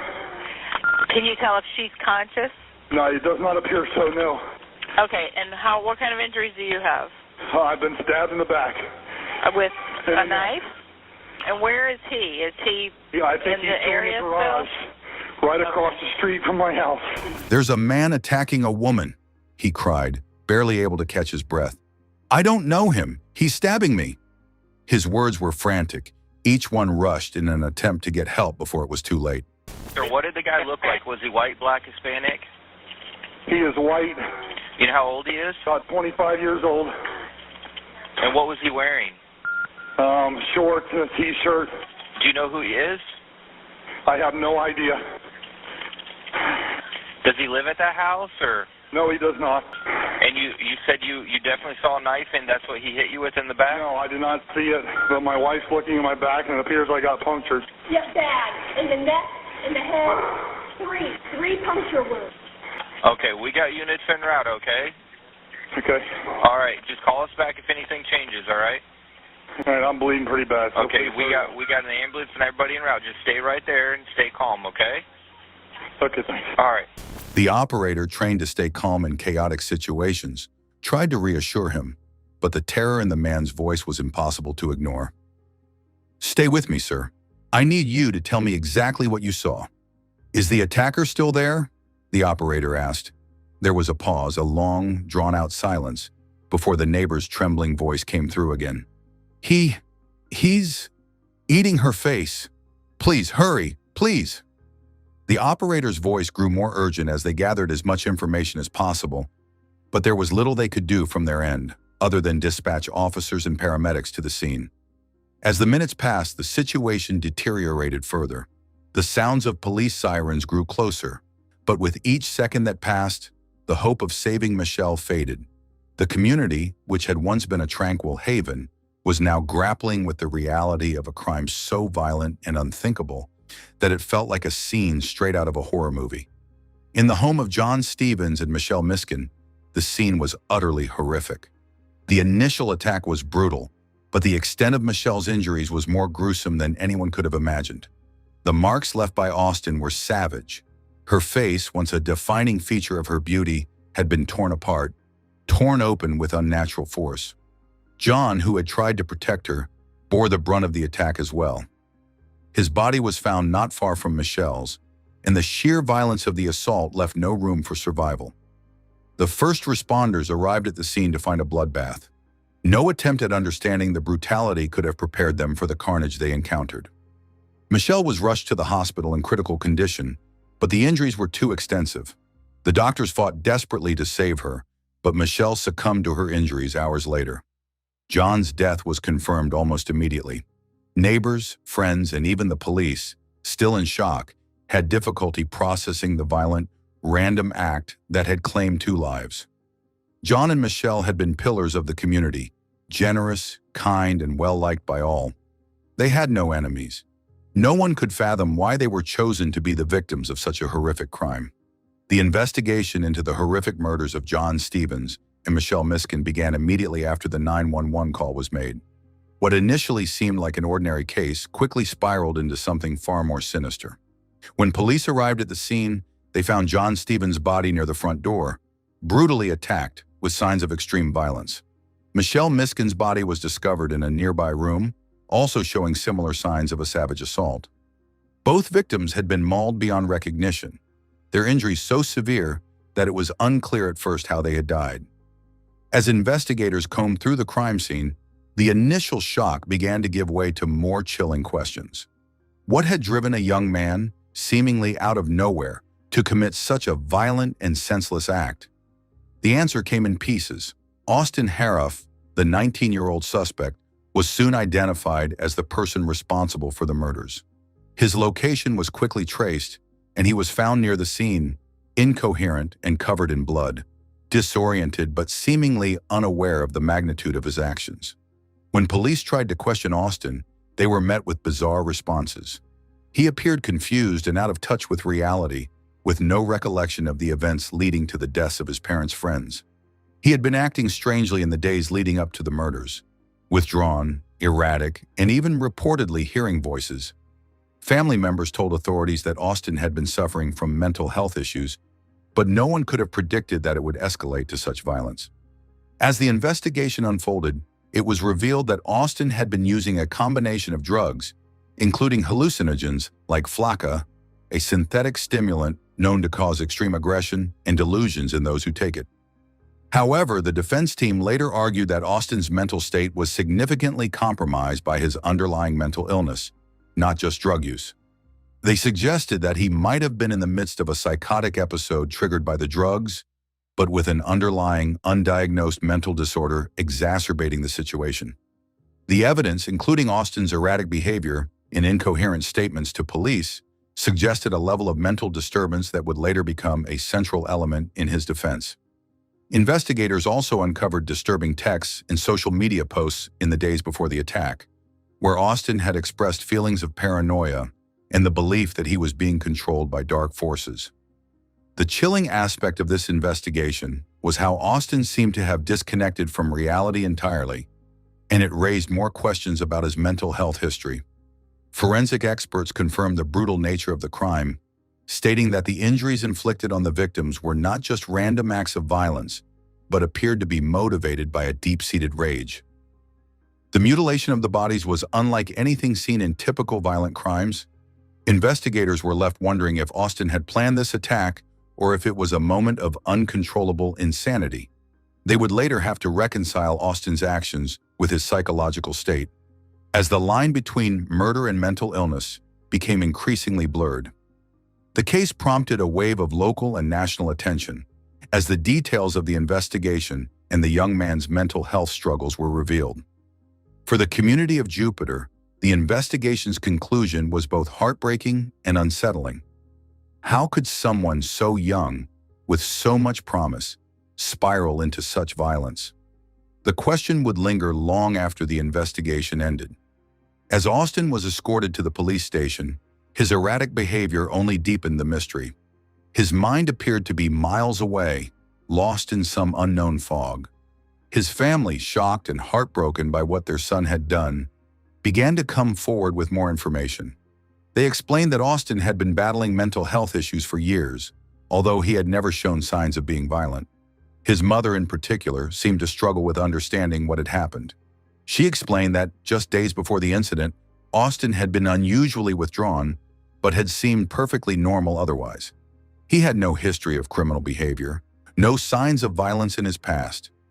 You called 911 later on that night, and you said that he was missing. Well, I guess when he took off the second time, they called me.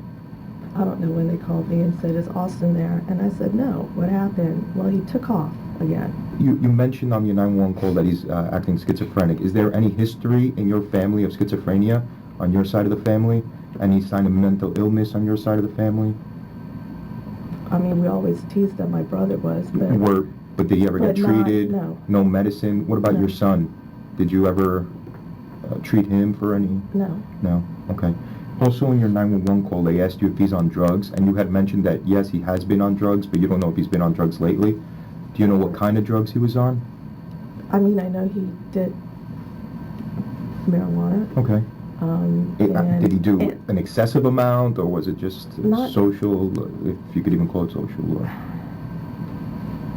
I don't know. You don't know? I mean, Okay. he hung out in his room. Okay. So Dad said that about 2 months ago he also found him doing mushrooms. Do you know anything about that? I don't know if anybody found him doing mushrooms. Your son, how was he as a kid? I mean, he still is a kid, but was he always happy, joyous, Yes. good as far as you could tell? Never got into fights in school? Has he ever been suspended from school or anything? No, nothing. Okay. Nothing. I mean, it's never really any anger issues. Maybe, Bud and I have our spats and stuff, Yeah, like but any and he normal wants to kid. protect me, you Right. know. Sure. Has he ever got physical with Dad, or? Dad? Yeah. No. No. But as the police dug deeper into Austin's psychological history, they discovered that he had been diagnosed with schizophrenia and had been struggling with his mental health for years. Was this an act of pure madness, or had Austin been suffering from something more sinister, an external influence or mental disturbance that led him to commit the unimaginable? As the court proceedings began, the defense team argued that Austin Harif was not mentally competent to stand trial, given his history of mental illness. His attorney's case was built on the idea that Austin's actions were driven by delusions. He had believed he was under some kind of supernatural influence. He had no recollection of the attack and was unaware of the damage he had caused. The prosecution, however, had a different view. Well, family spoke very passionately in that courtroom today of many things. They said they still do not buy it, that Austin Harif was insane despite medical professional expert opinions. They just say the result of that night, that deadly night, was a result of Austin being a drug addict. But a judge made his decision today with support from both the state and defense teams that Austin Harif did meet that state criteria to be considered insane, so he will be bypassing prison and headed for treatment. I hate you. I hate you with every part of my being. You both said your son acted strangely for weeks leading up to the murders, and you even set up an appointment for him to be evaluated. You should have done your job better, quicker. You should not be purchasing him knives. The state had an evaluation of Austin, and the state's own expert opined that he was insane at the time. So I think it does a disservice to those seeking mental health treatment, for those struggling with these issues. It is real and it is powerful. The brain is a powerful organ, and that's what this was about. And of course, we don't know just how much time he might spend in that mental health institution, but we do know that he would never be released or discharged without staff and medical professionals there deeming him to not be a danger to society, to the public. He would also have to go before a judge before any decisions would be made. Reporting live in Mark County, I'm Megan McRoberts, WPTV, News Channel 5. They painted Austin as someone who had premeditated his actions. They pointed to his behavior before the crime and the gruesome nature of the attack as evidence of malice, not madness. The jury would ultimately be left to decide, was Austin a victim of his mental illness, or was he a cold-blooded killer? The verdict would send shock waves through the community, and the case would forever be a reminder of the devastating consequences of untreated mental illness. In the wake of the murders, Jupiter was left in shock. The community, so accustomed to tranquility, was now shattered. Neighbors, friends, and family members tried to understand how something so violent and senseless could happen right under their noses. There were endless questions, but no clear answers. How could a young man, once so normal, turn into a killer? How could someone with such a promising future descend into madness? Mental health advocates began to speak out, urging people to be more aware of the signs of mental illness and the importance of seeking help before tragedy strikes. Austin's case was a tragic reminder of how untreated mental disorders could spiral out of control, leading to devastating consequences. For the victims' families, life would never be the same. The Stevens and Miskin families struggled to cope with their unimaginable losses. They would never again see their loved ones, and the haunting images of that night would stay with them forever. The case of Austin Harif remains a tragic reminder of the devastating consequences of untreated mental illness, particularly when it intersects with violence. In the months and years following the horrific attack, the community of Jupiter, Florida, would slowly rebuild, but the scars of that fateful night lingered in the hearts of those who lived through it. The Stevens and Miskin families, forever changed by their losses, would never forget the two innocent lives taken so brutally. Austin Harif's journey through the legal system was long and fraught with complexities. The question of whether he should be held fully accountable for his actions continued to spark intense debate. Was he a victim of his mental illness, or was he simply a young man who lost control? The court's decision to eventually commit him to a mental health facility rather than prison underscored the central theme of this case: the struggle between justice and compassion, between accountability and understanding. For some, the verdict seemed a necessary step in recognizing the depth of Austin's suffering. For others, it felt like a failure to acknowledge the severity of his actions. In the years since the crime, mental health awareness has gained prominence in public discourse, largely as a result of tragedies like this one. The tragic case of Austin Harif brought attention to the importance of early intervention, proper treatment, and stigmatization of mental illness. It highlighted the need for more resources and understanding for individuals facing severe mental health challenges before they spiral into irreversible harm. But no amount of mental health reform could ever undo the tragedy. The Stevens and Miskin families still mourn their loved ones, and the town of Jupiter, once known for its idyllic beaches and quiet streets, will always remember the unspeakable violence that occurred there. For Austin, his future remains uncertain. He may never fully understand what happened that night, but the lives lost can never be forgotten. In the end, this case serves as a chilling example of the fine line between the fragility of the human mind and the irreversible damage it can cause. It is a stark reminder that sometimes the most innocent among us, those who are loved and cherished, can fall victim to forces beyond their control. The journey of Austin Harroff, the families of John Stevens and Michelle Miskin, and the community of Jupiter, Florida, will forever be intertwined in the tragic story of that fateful night, where innocence collided with madness in the most brutal of ways. If you found this case insightful and thought-provoking, please take a moment to like this video to show your support. Share it with friends and family who might be interested in the complexities of criminal cases like this one. And don't forget to subscribe to our channel for more in-depth analyses, real-life case breakdowns, and important stories that deserve to be heard. Your support helps us bring more important topics to light. Thank you for watching. There's really no easy way to say this, sir. So apparently last night she passed away. Boston 911. I need EMS. Tell me exactly what happened. My friend is staying with me, and I just walked in, and she's laying on the bathroom floor. There's blood all over her face and all on the back of her head. The caller is Caitlin Cash. The friend is Mariah Mo Wilson, a rising star in pro cycling who landed in Austin for a weekend race and never made it to the start line. Detectives arrive expecting a burglary gone wrong, but the scene talks back. Austin police! Do I stop? I don't know what happened. I just walked in on her. A bike dumped in an alley like a prop, shell casings placed by someone who didn't expect to be seen, and a timeline that keeps circling one name: Colin Strickland, Mo's friend, training partner, and ex. Security cameras pick up a dark SUV gliding through the neighborhood. A doorbell mic records the seconds before everything goes quiet, and phone pings sketch a shadow that follows Mo and Colin from a swim to a bar to a quiet house on Maple Avenue, then vanishes.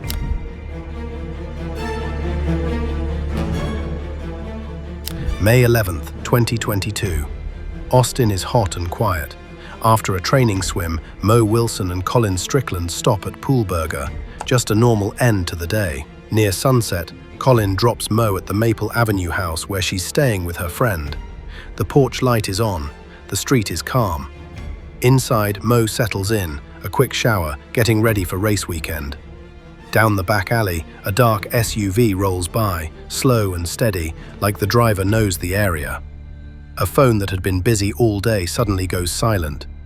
A door opens, fast steps, a short, sharp moment, and then the house goes still. Colin's phone data shows he's already driving away by this time. When help arrives, the place doesn't look torn apart. No broken door, no big mess. One thing stands out: Mo's expensive race bike is gone. Minutes later, police find it dumped nearby. That tells them this wasn't a real theft. It was meant to look like one.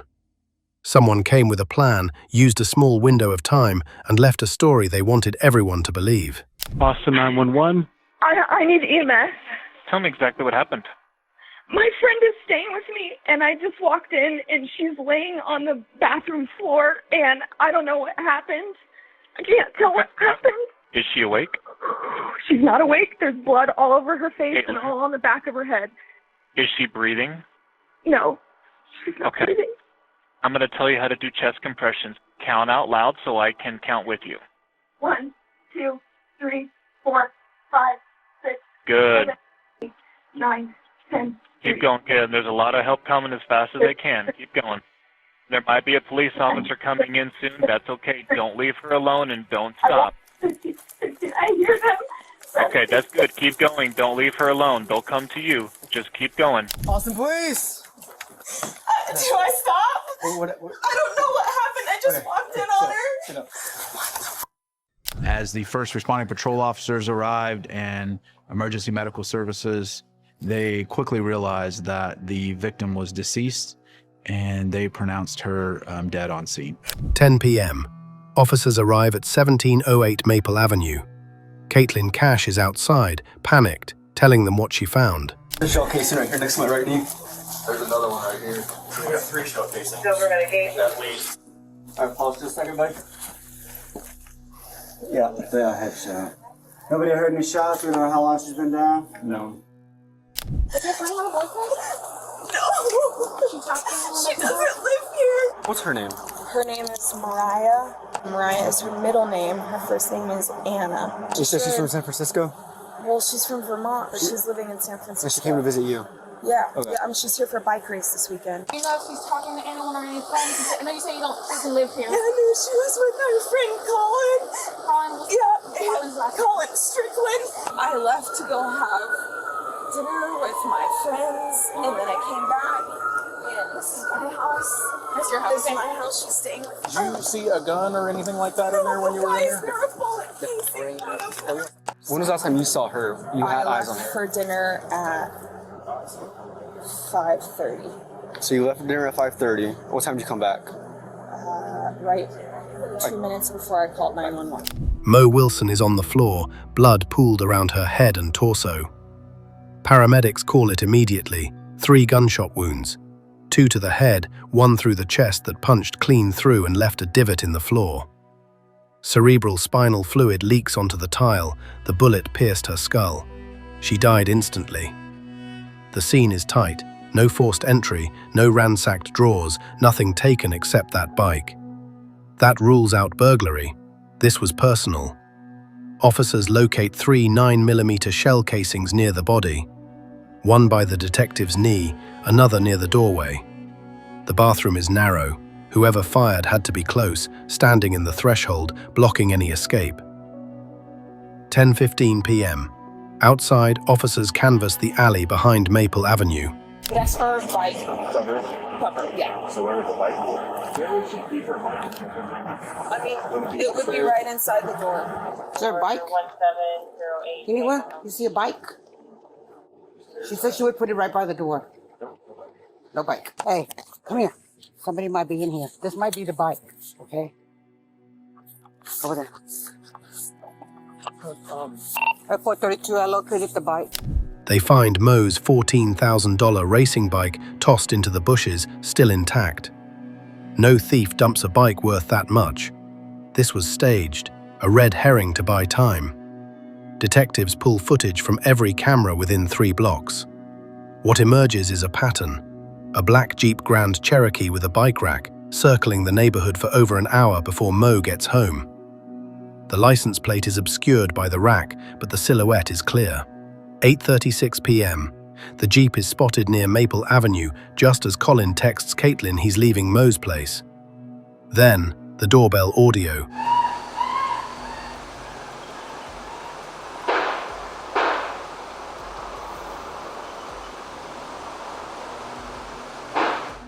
Three pops. A scream cut short, then nothing. The timestamp locks the murder at 8:36 p.m. Minutes later, the same Jeep is captured leaving the area, heading south. May 12, 2022, 9 a.m. Detectives show up at Colin's door to deliver the news. He's in his garage. When they tell him Mo is dead, his face drains. Colin? Yes. First name? Yes. Do you know Anna? Mo. Anna, Mo. Yeah, everybody calls her Mo. Last name is Wilson. Rider, she's a gravel rider. Yes, I do. There's really no easy way to say this, sir. So apparently last night she passed away.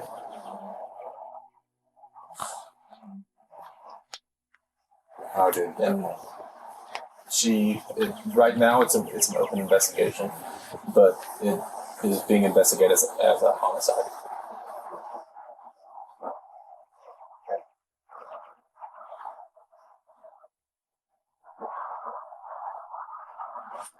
Are you okay? We went to Deep Eddy yesterday afternoon, and then ate burger, and I dropped her at her the apartment she's been staying at with her friend Kat. Colin's shock looks real, but parked in his driveway, a black Jeep Grand Cherokee with a bike rack, same model, same profile as the one on camera. It doesn't belong to him. It's registered to Caitlin Armstrong. his on and off girlfriend. I didn't have any solid proof to indicate that Colin was the person responsible for this murder. So I told Colin that I wanted his help in investigating this crime, and I wanted to find out who was responsible. I began asking him, more about Mariah, more about their outing. I had been in contact with Mo earlier in the day. We were thinking of coordinating a ride. Right. She sent me a photo of her on the bike. Is that Mo? Yeah, that's Mo. He was able to show me different text messages, the plans that they were making. Colin walks detectives through his day, swim at Deep Eddy Pool, dinner at Poolburger around 7:45 p.m., dropped Mo off at 8:30 p.m., texted Caitlin at 8:36 p.m.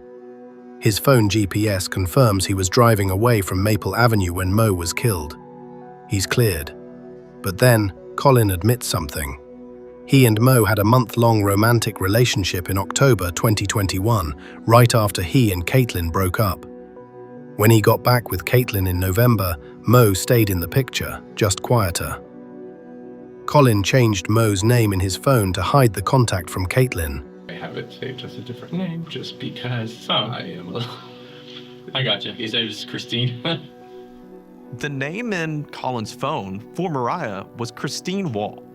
He indicated that he does have a girlfriend named Caitlin Armstrong. Caitlin currently lives with him, and she would tend to be jealous. In the past, Caitlin has looked at my phone. Basically, that would always start fights. Exactly. Like, does she do that with, like, all of the girls that are in your phone, or, like, just with most? Most of them. She loves me, and she wants to be, Yeah. Basically, nobody else can have you. Yeah. Yeah. Has Caitlin ever gotten so mad in the past that, not necessarily thinking that she would do anything, but I mean, has she ever threatened anything, or? She's always seemed like such a gentle person.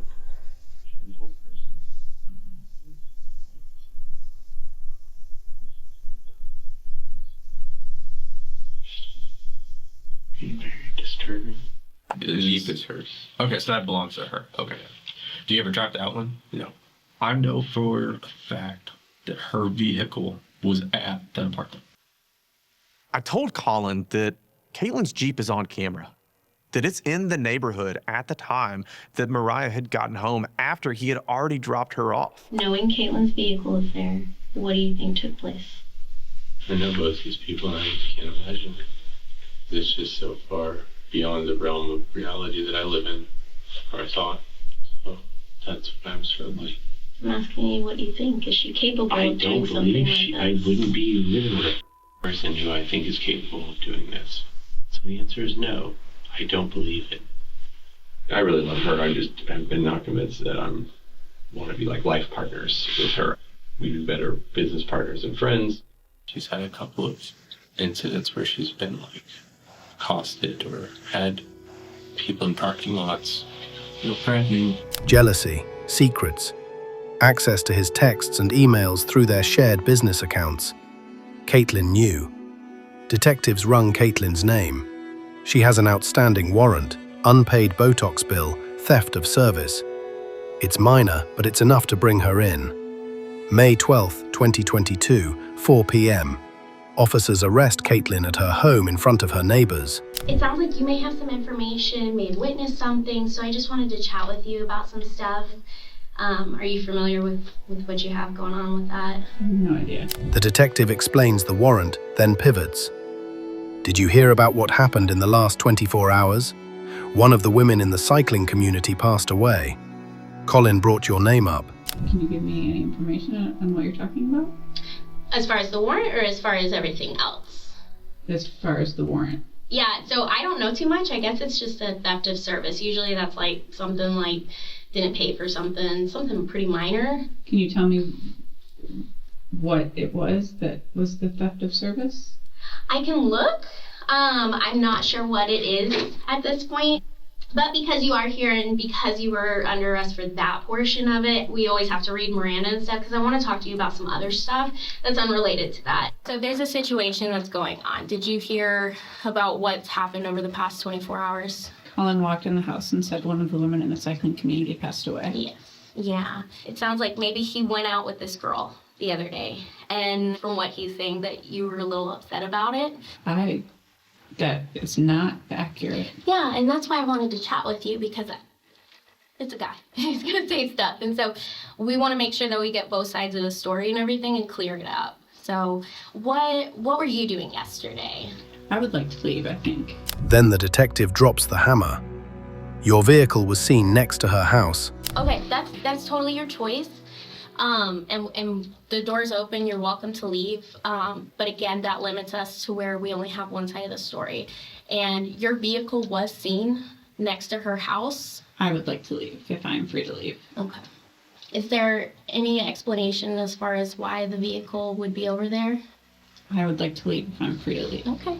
She walks, but not before they see her crack. Back at the lab, ballistics tells the rest.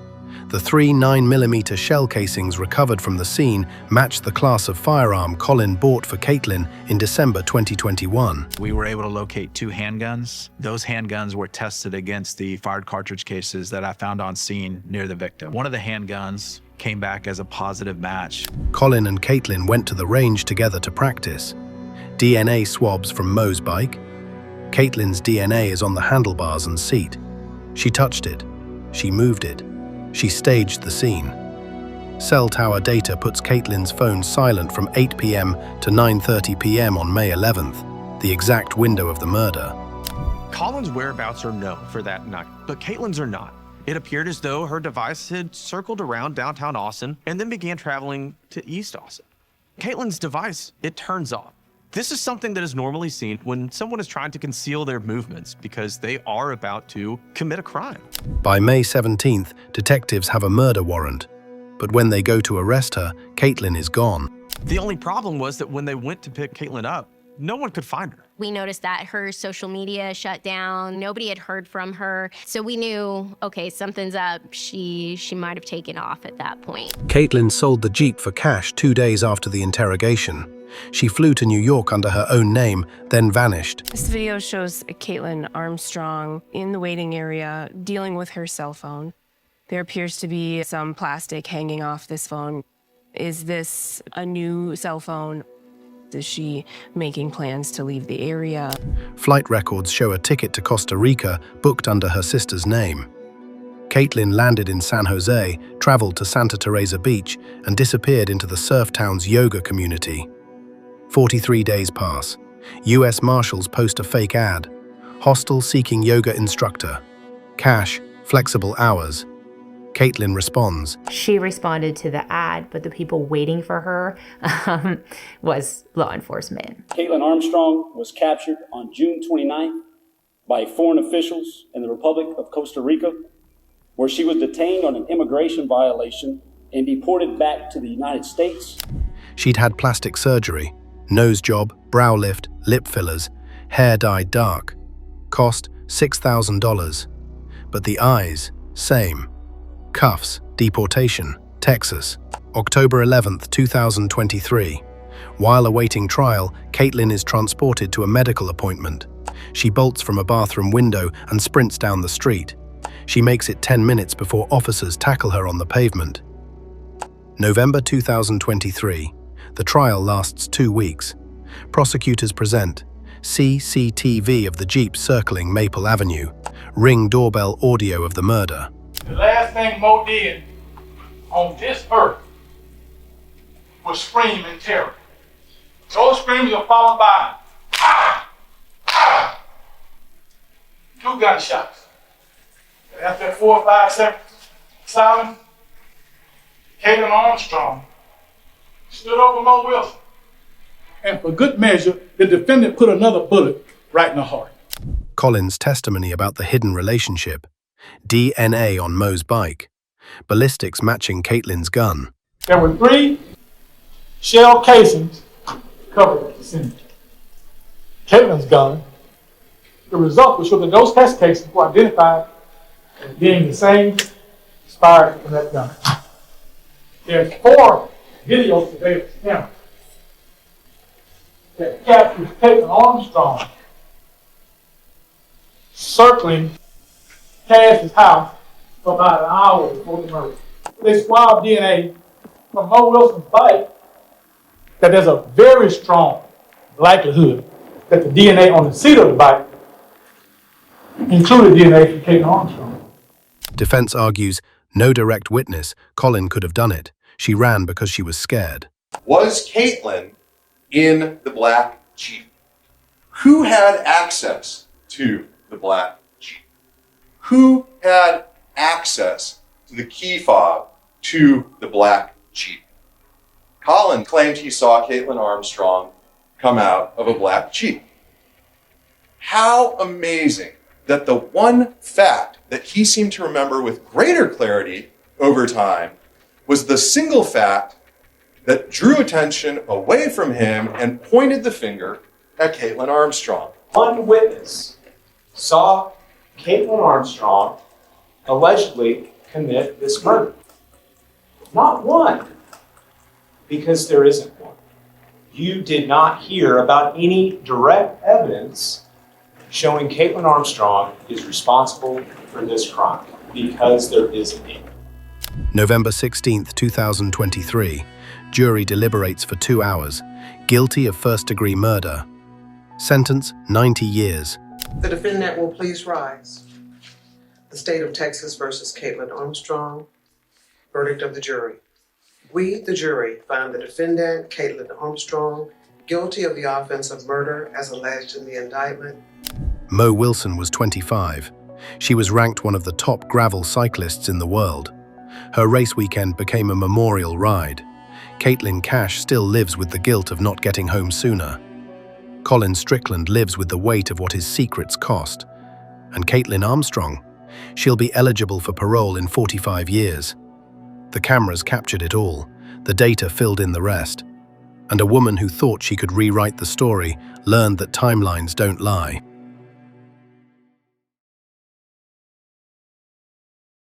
Nestled in the heart of Indiana, Delphi was the kind of town where life moved at a relaxed pace. Families had lived there for generations, neighbors knew one another by name, and crime, especially violent crime, was almost unheard of. It was a place where people felt safe, where kids could play outside without fear, and where parents never had to worry about letting their children explore the woods or walk to a friend's house alone.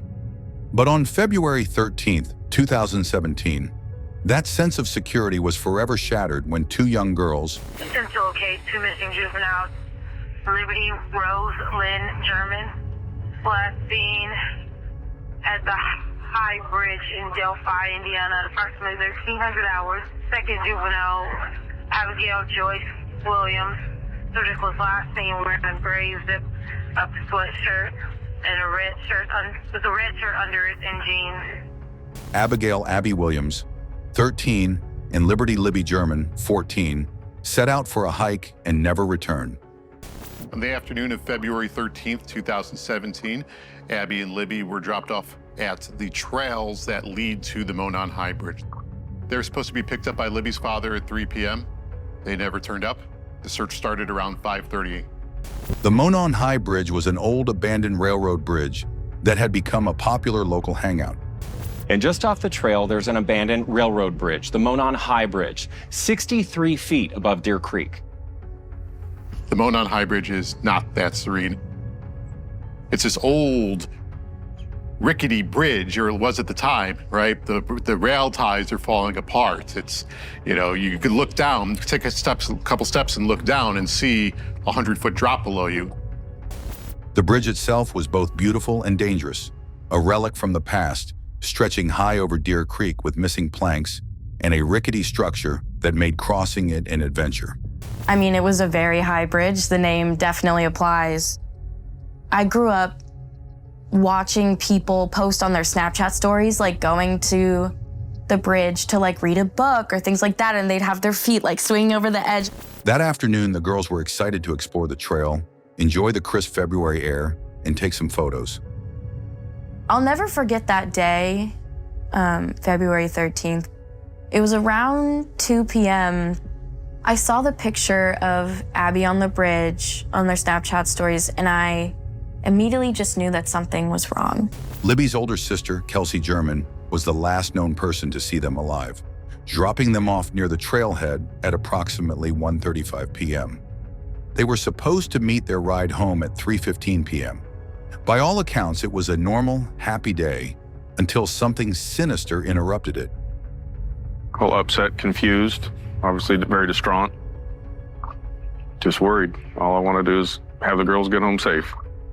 Missing, abducted, we don't know for sure. There's a cell phone tower, but the ping was last noted about 5 or 6 hours ago.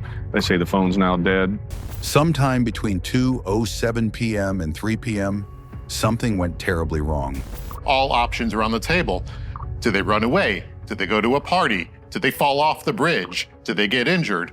No one had any idea what had happened to them, but the official search was halted that night and picked up the next morning. The carefree hike turned into a nightmare, and the small town of Delphi would never be the same again.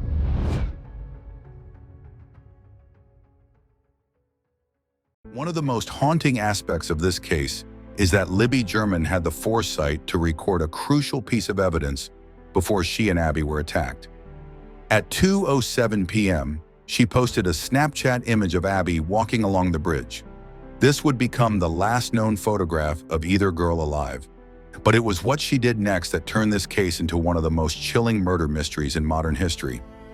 At 2:13 p.m., Libby took out her phone and recorded a short, grainy video of a man walking toward them on the bridge. He was dressed in a navy blue jacket, blue jeans, and a cap. His hands were tucked into his pockets, and though his pace was unhurried, there was something unsettling about his posture. Then came the audio recording. Just a few words, but enough to send shivers down the spines of investigators and the public alike. "Guys, down the hill!" The tone was firm, commanding. There was no question that this was an order. What happened after those words were spoken remains unknown, but law enforcement later confirmed that the man in the video was their prime suspect. Despite having his image and voice, his identity remained a mystery for years, as if he had vanished into thin air after committing the crime. Why did Libby start recording? Did she recognize the man? Did she sense danger before he even spoke?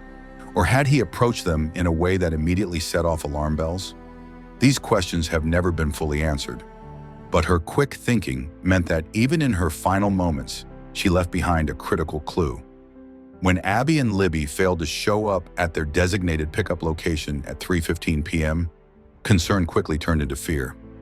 The families initially assumed the girls had lost track of time or were having too much fun to notice the hour. But as the minutes turned into hours and phone calls to them went straight to voicemail, the worry escalated. Well, upset, confused, obviously very distraught. Just worried. All I want to do is have the girls get home safe. Missing, abducted, we don't know for sure. There's a cell phone tower, but the ping was last noted about 5 or 6 hours ago. They say the phone's now dead.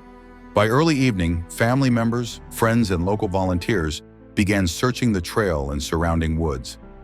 Flashlights cut through the growing darkness as people called out the girls' names, hoping to hear a response. Word spread quickly that help was needed, that these girls needed to be found. Hundreds of people turned out and searched through the night. Becky Patty, Libby's grandmother, would say that you could see flashlights everywhere like stars in the sky, like fireflies. It was a full town effort. Police were alerted and an official search was launched. The entire town mobilized, with hundreds of people scouring the trails, creek beds, and remote areas near the bridge. But the searchers' worst fears were confirmed the next day. On February 14th, 2017, at approximately 12:15 p.m., 2 bodies were discovered in a wooded area about half a mile from the Monon High Bridge. Basically, we have identified the bodies of the 2 females that were found out yesterday. Abigail J. Williams, 13, of the Delphi area, and Liberty Rose Lynn German, 14, of the Delphi area. Family has been notified. This is considered a double homicide investigation. Though law enforcement did not immediately confirm the identities, the families were soon given the devastating news. The bodies belonged to Abby and Libby.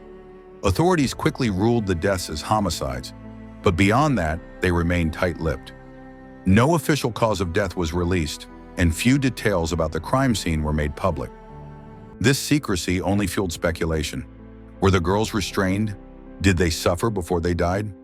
Some reports suggested that the bodies had been staged in a deliberate manner, possibly as part of a ritual or a message from the killer. Others claimed that eerie symbols had been found near the scene. carved into trees or left behind as a cryptic calling card.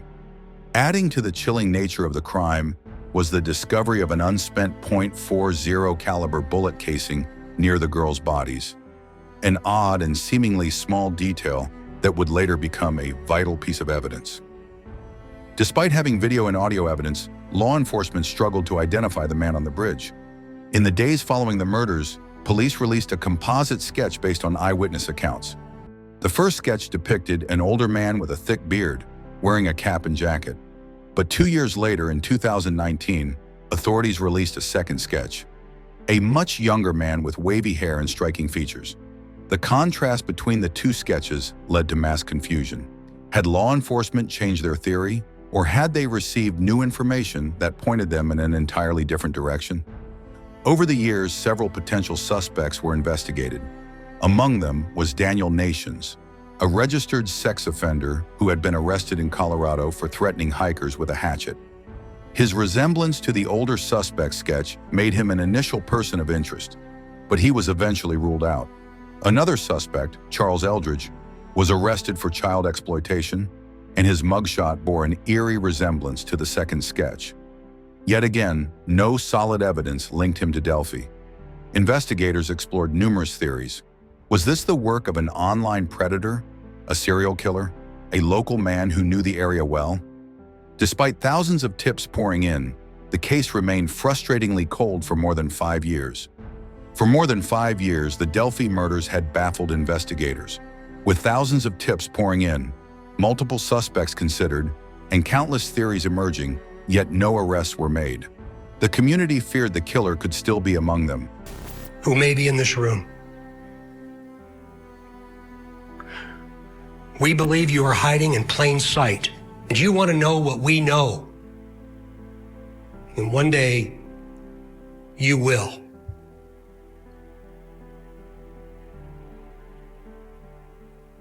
A question to you. What will those closest to you think of when they find out that you brutally murdered 2 little girls? 2 children. Only a coward would do such a thing. Blending in as an ordinary citizen, watching as the investigation continued to swirl around him. Then on October 28, 2022, in a stunning development, Indiana State Police announced the arrest of 50-year-old Richard Allen. Today is not a day to celebrate, but the arrest of Richard M. Allen of Delphi on 2 counts of murder is sure a major step in leading to the conclusion of this long-term and complex investigation. A local resident who had been living in Delphi the entire time, hiding in plain sight. The revelation was as shocking as it was disturbing. We expected to be excited and happy and overjoyed that he's arrested, but now we're dealing with understanding that there's a lot of reopening wounds that's coming with that. Unlike many of the suspects considered over the years, men with criminal histories, connections to violent crimes, or disturbing behavioral patterns, Richard Allen was an unassuming, well-liked member of the community. I was surprised because he seemed like a real nice guy and everything, waiting on us in the drive-thru and everything. He worked at the local CVS pharmacy, where he often interacted with customers. Richard Matthew Allen was 50 years old, had no criminal history, and worked as a farm tech over at the local CVS in Delphi. Including the very families who had been mourning the loss of Abby and Libby. I had not interacted with him, but everyone knew who he was. I mean, he worked there for so long. And when I found out who it was, I never in a million years thought that it would have been him, not someone so integral to the community and to the Delphi experience. He even developed photos for the German and Williams families after the murders, a detail that would later send chills through those who realized just how close they had been to the man allegedly responsible. For years, he had never been on law enforcement's radar in any significant way, despite the fact that he lived just a few miles from the crime scene and had even spoken to investigators early in the case.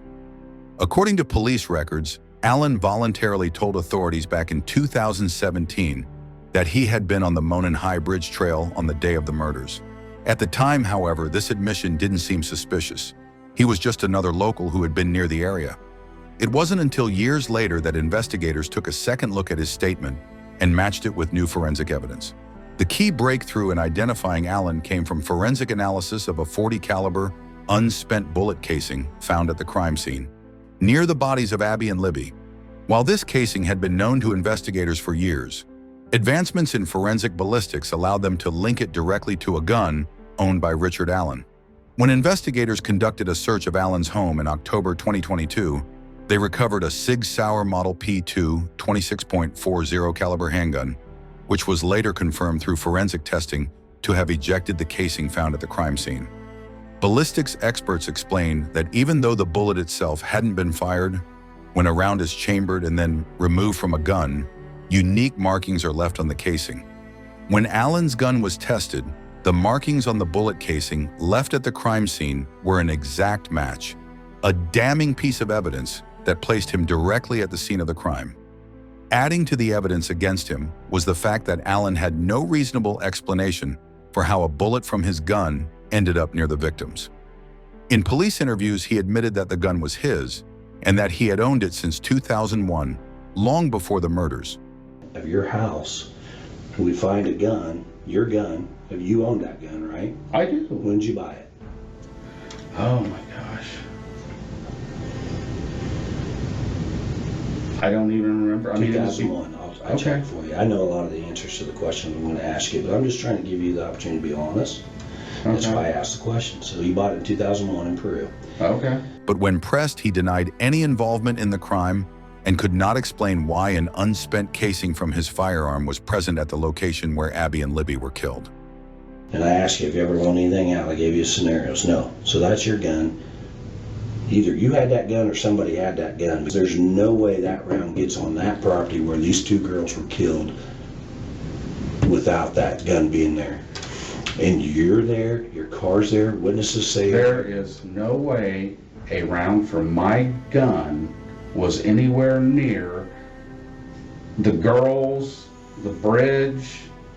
It just didn't happen. Beyond the ballistics evidence, investigators began to take a closer look at Allen's 2017 police interview, where he had originally stated that he had been at the trail on the day of the murders, but had not seen the girls.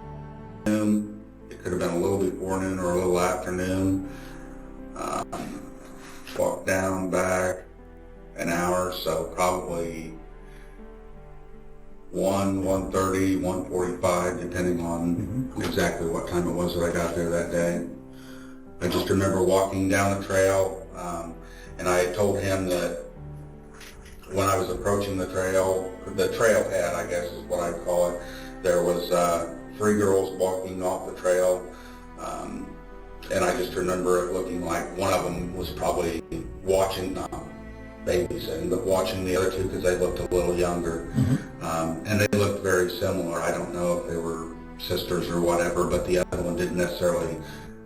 But I remember seeing them walking off the trailhead, and I didn't really see anybody. At the time, there was nothing inherently suspicious about this. Many people had been in the area that day, and Allen had voluntarily come forward to share his whereabouts. But after the bullet casing match, his own statement placed him at the scene of the crime, reinforcing the belief that he had been lying about his level of involvement. Well, this doesn't just go away. I know. Exactly. The only person I think can explain all this is you, and you're not explaining it to me. I don't know what it is you want me to explain. What were you doing on the bridge? How did your round get there? And why did you kill these 2 girls? Or why were you involved in this? What was your involvement? I had no involvement. I don't think, listen, Rick, I don't think you're the one that killed them. I don't think you're the one that stuck the knife in them. Well, are you? Are you that guy? Really? Are you? I'm asking you. Anybody that knows me knows I could never, even if I wanted to do something like that. That's not who I am. Then what happened? I can't tell you. How do you expect me to tell you? You want me to make up a story and... No, the truth. The truth is simple. You don't have to make that up. You just go back and tell me the truth. You can't tell me that this event has not been weighing on you for years and years and years. You're out there. I've told you that. I don't know what you want me to do at this point. Following his arrest, disturbing details about Richard Allen began to emerge. Though he had lived a seemingly normal life with a wife and a steady job, investigators began uncovering indications that he may have been leading a double life. Neighbors and acquaintances recalled that his behavior had changed after the murders. Some described him as becoming more withdrawn, while others noted that he had continued going about his daily life as though nothing had happened. An eerie thought, given that he had likely been watching news reports and seeing the sketches of a suspect that looked very much like him. Even more disturbing was the revelation that Allen had allegedly posed as a law enforcement officer at one point, and some witnesses claimed he had exhibited controlling or intimidating behavior. While these allegations are still being investigated, they add to the growing theory that he may not have been as ordinary as he appeared. Perhaps the most chilling aspect of Allen's arrest was the suggestion that he may not have acted alone. Some court documents suggest that the crime scene had a ritualistic or symbolic element, with eerie markings found near the bodies. There have been unconfirmed reports that strange symbols were found carved into nearby trees, and some investigators have speculated that the crime may have been part of a larger, more sinister plot. One of the most widely discussed theories is the possibility that the Delphi murders were linked to a larger online predator network. In the years following the killings, investigators uncovered a disturbing pattern of online catfishing accounts targeting young girls in the area. In particular, a man named Keegan Klein, a known child predator, was found to have been communicating with Libby German through a fake social media profile under the name Anthony Shots. Friends on social media with the Anthony Shots profile, and that he at least liked or commented on some of her posts. Keegan Klein from Peru, Indiana, about 40 minutes away, admitted he created that fake profile, and I spoke to him from jail. Klein was arrested in 2020 on multiple counts of child exploitation and possession of child pornography. Are you aware whether you may have talked to Libby on the 13th? That's what they said. That's what the police told me. That you did? Yeah. And do you have any recollection of that? No, not at all. Did you have anything to do with the murders of Abby or Libby? Not at all. And I gave up my DNA, a hair follicle test. I've done everything they wanted me to. While police have never directly linked Klein to Allen, some theorists believe the possibility of an online grooming connection cannot be ruled out. Did Allen know Klein? Was he part of a larger network of predators? Was the meeting between Allen and the girls premeditated, or was it a crime of opportunity? These questions remain unanswered. Richard Allen remains in custody, facing 2 counts of murder. His trial is expected to be one of the most closely watched legal proceedings in recent history, as the public and the families of Abby and Libby seek long-awaited justice. However, there is still significant mystery surrounding the case. Law enforcement has hinted at the possibility of more arrests in the future, leading to speculation that Allen was not the only person involved. For the people of Delphi, the arrest of Richard Allen provided some relief but not full closure. Until every detail is brought to light and every person involved is held accountable, the town remains haunted by the tragedy that stole 2 young lives and forever changed their sense of safety. The biggest question still remains: was Richard Allen truly the only killer, or is there someone else out there who still holds the final, terrifying truth? Richard Allen remains in custody, awaiting trial on 2 counts of murder in connection with the deaths of Abigail Abby Williams and Liberty Libby German. The upcoming court proceedings are expected to provide long-awaited answers, but they may also raise even more troubling questions about what truly happened on February 13, 2017. For the past 7 years, law enforcement has kept many details of the case under tight wraps, leading to intense speculation and frustration among the public. Even after Allen's arrest, investigators have continued to remain cautious about releasing certain evidence, fueling theories that the case is far more complex than it initially seemed. Was Richard Allen truly the sole perpetrator, or could there be others involved who have yet to be identified? Did he plan the attack in advance, or was it a crime of opportunity? If Allen acted alone, why did the crime scene reportedly contain unusual elements, including the possible staging of the victims' bodies? Could there be someone else out there, still free, who knows the full, horrifying truth? The small town of Delphi, once known for its friendly community and scenic trails, has become synonymous with one of the most chilling murder mysteries in modern American history. Before that fateful day, Delphi was the kind of place where doors were left unlocked, children rode their bikes without fear, and families gathered at the local park without a second thought. Now it is a town burdened by grief, suspicion, and a lingering sense of unease. For more than 5 years, the identity of the man on the bridge, captured in the infamous Snapchat video, was unknown. Delphi residents feared that he could be living among them, blending into the community, hiding in plain sight. The eventual arrest of Richard Allen only deepened that fear, as many realized they had interacted with him regularly at the local CVS pharmacy. People who have talked to who shopped at the CVS and dealt with Richard Allen described him as friendly. In fact, after the murders, Libby's aunt went in there to have some pictures printed for Libby's memorial. She said Richard Allen helped her, and at the time, she thought he was helpful and kind. Parents who once trusted their neighbors now found themselves questioning who else in their town might be capable of such horror. Even with a suspect in custody, Delphi has not found true peace. The unanswered questions surrounding the case continue to weigh heavily on the community.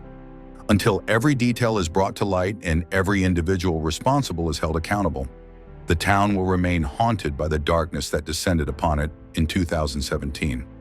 One of the most chilling aspects of this case is the persistent belief that Richard Allen may not have acted alone.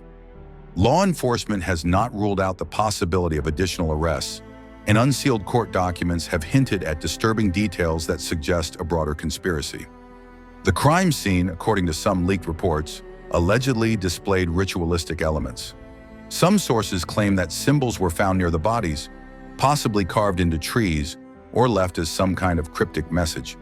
If true, this raises terrifying questions.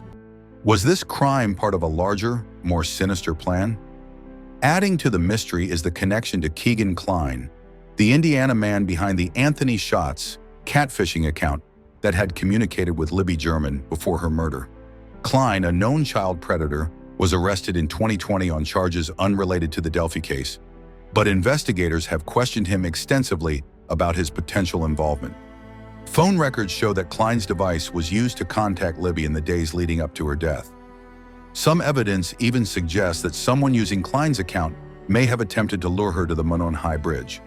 Could Richard Allen have been the person Kline was communicating with? Was the meeting between Allen and the girls premeditated? Did Kline or others know about the attack before it happened? We learn that the evidence shows that Abby and Libby are dropped off at the trails at 1:49 p.m. And we already knew that Libby's video recording that man on the bridge happened at 2:13, just 24 minutes later. Law enforcement has remained tight-lipped on whether there is a direct link between Kline and Allen, but many believe that this connection could hold the key to unlocking the full truth. If more people were involved, were they part of an underground predator network?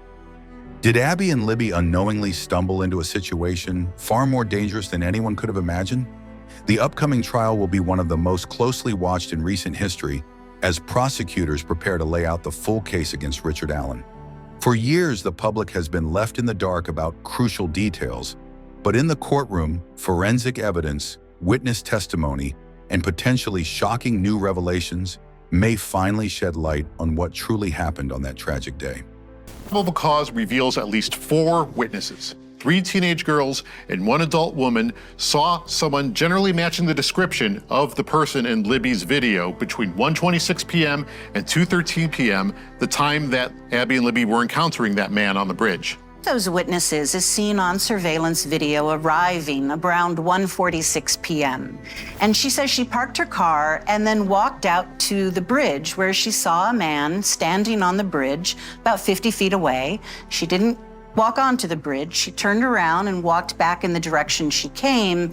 And when she did that, she passed 2 young girls who were walking towards the bridge. And she believes that was Abby and Libby. Was driving north of the trails that day, and about 2 hours after the abduction, she saw a man in a blue jacket walking in the opposite direction, quote, muddy and bloody. One of the most pressing questions is whether Allen lured the girls to the Monon High Bridge or if the encounter was purely coincidental.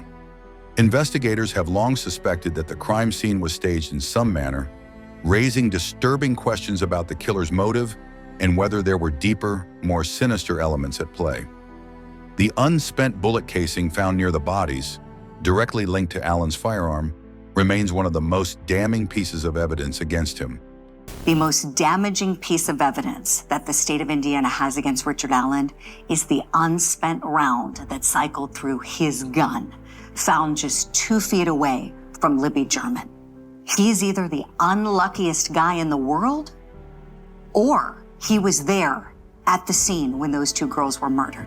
But how it ended up there and what role it played in the crime will likely be examined in court. Another major focus of the trial will be whether Allen had any connection to Keegan Kline and the infamous Anthony Shots catfishing account, which had been used to communicate with Libby in the days leading up to the murders. Investigators have remained tight-lipped about whether this link is significant, but if evidence suggests that Allen and Kline were connected, it could point to a much larger and more complex crime than previously thought. The possibility of additional suspects remains an unsettling factor in the case, with law enforcement refusing to rule out further arrests. If new evidence emerges that others were involved, the trial could take a shocking turn, unraveling a conspiracy far beyond what anyone initially imagined. For the families of Abby and Libby, the trial represents a long overdue moment of reckoning. They have fought tirelessly for justice, enduring years of uncertainty, false leads, and agonizing silence. A conviction would finally bring a sense of accountability, ensuring that at least one person responsible for their daughter's deaths is held to answer for the horrific crime.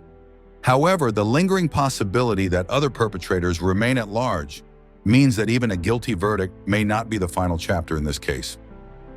The truth behind what happened on the bridge that day is still not fully known, and as the trial unfolds, the world will be watching, waiting for the full story to finally come to light. For the families of Abby and Libby, the pain of losing their daughters has been compounded by the long and agonizing search for answers. Kelsey German, Libby's older sister, has been one of the most vocal advocates for justice. She was so smart. I think that video and audio definitely keeps people's attention. I think that helps us a lot. I think people see it and they're like, oh my gosh, this 14-year-old girl thought about taking a video of this, and we have this video and we have this audio and we don't have answers. That's crazy. Feeling like no answers are coming, and I'm feeling defeated. I say that. I say today is the day, it's coming. It'll get here. We're going to have answers, and just reaffirm myself and say, you know, it's hard, it's frustrating, it's been 5 years, but we're going to have answers eventually, and it's coming. Tirelessly keeping the case in the public eye. She, along with the families of both victims, has fought to ensure that the investigation remains a priority and that their loved ones are never forgotten. The people of Delphi, too, have endured years of uncertainty and fear. Many residents participated in searches, donated to reward funds, and helped spread awareness about the case.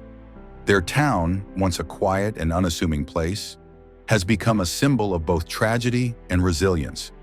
Even now, as the trial approaches, there is an unshakable feeling that this case is not yet over. Until every responsible party is identified and held accountable, true closure will remain out of reach. The haunting image of the man on the bridge, captured forever in Libby's video, has loomed over this case since the beginning. Soon the world may finally learn whether Richard Allen was indeed that man, or if there is an even more sinister truth lurking beneath the surface. Until then, Delphi waits. The families wait. The truth remains just beyond reach. But one thing is certain, Abby and Libby will never be forgotten, and justice must come, no matter how long it takes. The arrest of Richard Allen marked a turning point in a case that had haunted the small town of Delphi for over 5 years. But even with a suspect in custody, many questions remain unanswered. What exactly happened on that bridge in February 2017? Was Allen truly the only one responsible? Or did others play a role in the horrific crime? Is there more evidence yet to be uncovered that could provide the full, horrifying picture of what happened to Abby and Libby in their final moments? For the families of the victims, justice is long overdue. They have fought tirelessly to keep the case in the public eye, ensuring that Abby and Libby are never forgotten. But closure still feels distant. Until every detail is exposed in court and every individual responsible is held accountable, Delphi will remain a town burdened by its darkest day. The once quiet and peaceful community now carries a legacy of tragedy, one that has forever altered the way its residents see their home. As the trial approaches, the world will be watching.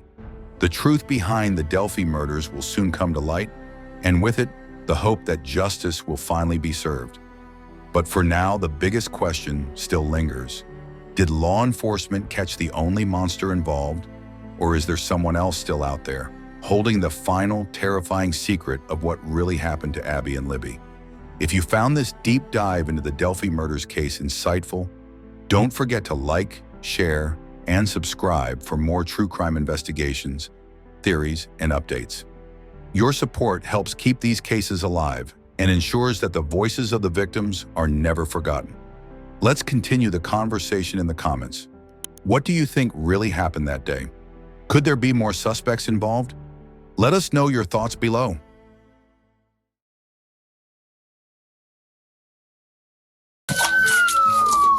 Get out of the car! Get out of the car right now! Let me see your hands! Walk to me! Where is he?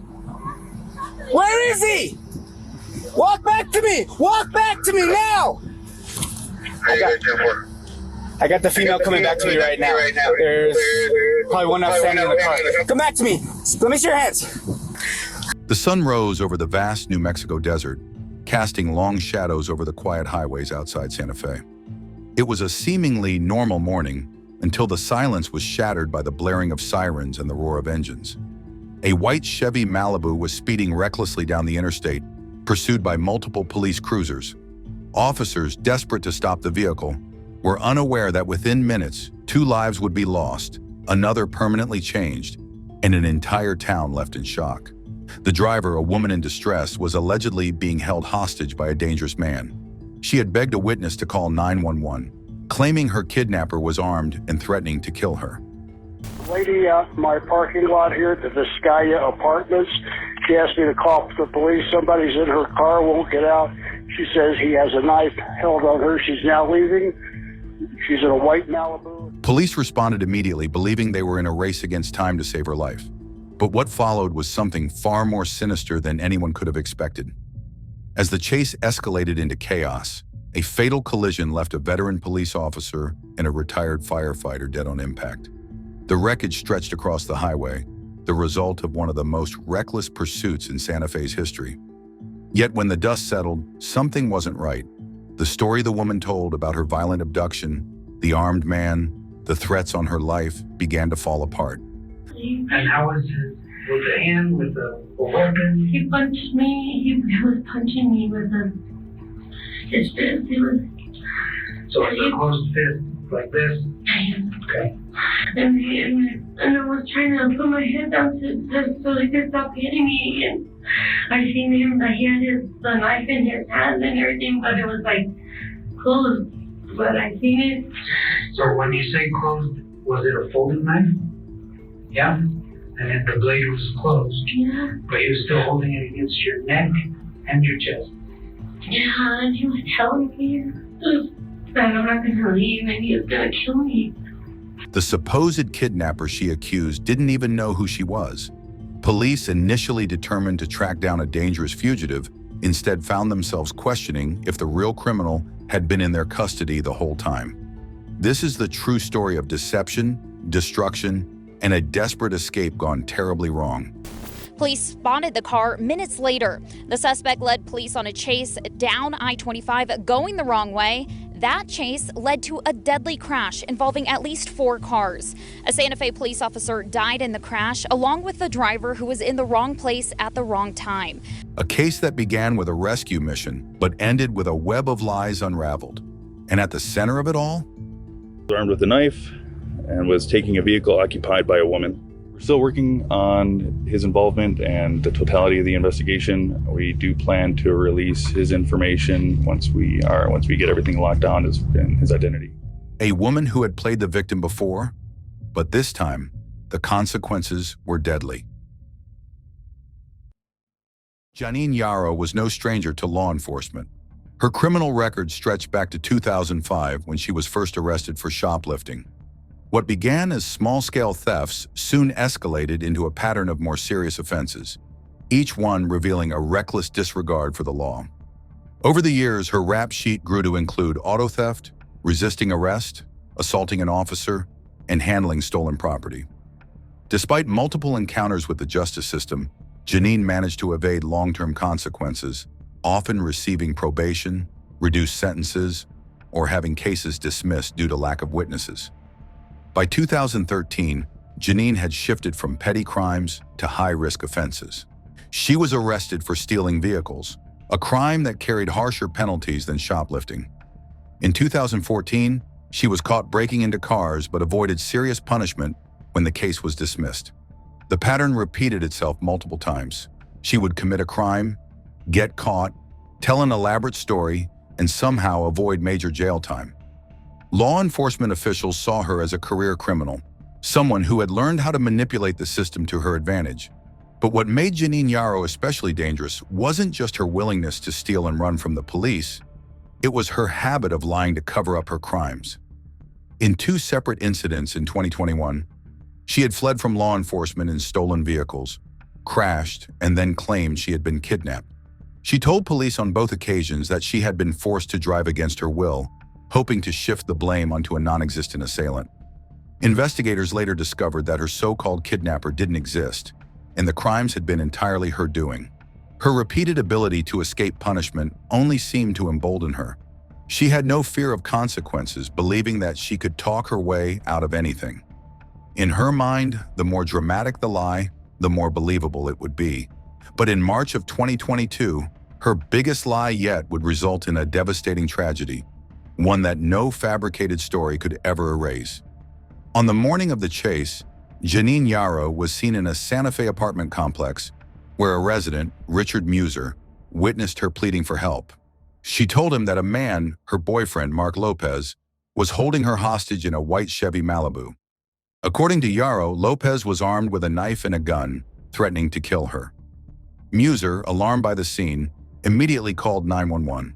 Lady out in my parking lot here at the Vizcaya Apartments. She asked me to call the police. Somebody's in her car, won't get out. She says he has a knife held on her. She's now leaving. She's in a white Malibu. Within minutes, Officer Romo located the white Malibu, but when he tried to stop it, the driver refused to comply. Instead of pulling over, the car sped off, leading officers on a dangerous high-speed pursuit through Santa Fe. The situation escalated dramatically when the Malibu crossed into oncoming traffic on Interstate 25, endangering dozens of lives. Vehicles swerved, trying to avoid a collision, but Officer Robert Duran and retired firefighter Frank Lovato were not so lucky. At nearly 90 miles per hour, Duran's police cruiser collided head-on with Lovato's truck, killing both men instantly. We believe Jaramillo led officers on a chase, driving the suspect car and causing the fatal crash that killed Officer Duran and Mr. Lovato. The impact was so severe that Duran's vehicle was nearly disintegrated. On I-25, coming from El Dorado, there was a head-on. There's 4 cars involved. Well, I know they're dead. As chaos unfolded, Officer Montano crashed into another civilian car, permanently injuring a woman named Alexis Jenkins. Are you okay? I mean, I know you were involved in the crash, but is there any sort of entrapment or anything like that? Yeah, 286 is entrapped in his vehicle right now. 286 is entrapped? Yes. Okay, are you out of your vehicle? I just got out of my vehicle now. Meanwhile, the white Malibu continued its escape attempt, colliding with yet another truck before finally coming to a halt. Officers immediately surrounded the wreckage, expecting to find an armed and dangerous fugitive, and Yarrow collapsed into the arms of police officers, claiming she had barely survived a kidnapping attempt. Get out of the car right now! Let me see your hands! Walk to me! Where is he? Where is he? Walk back to me! Walk back to me now!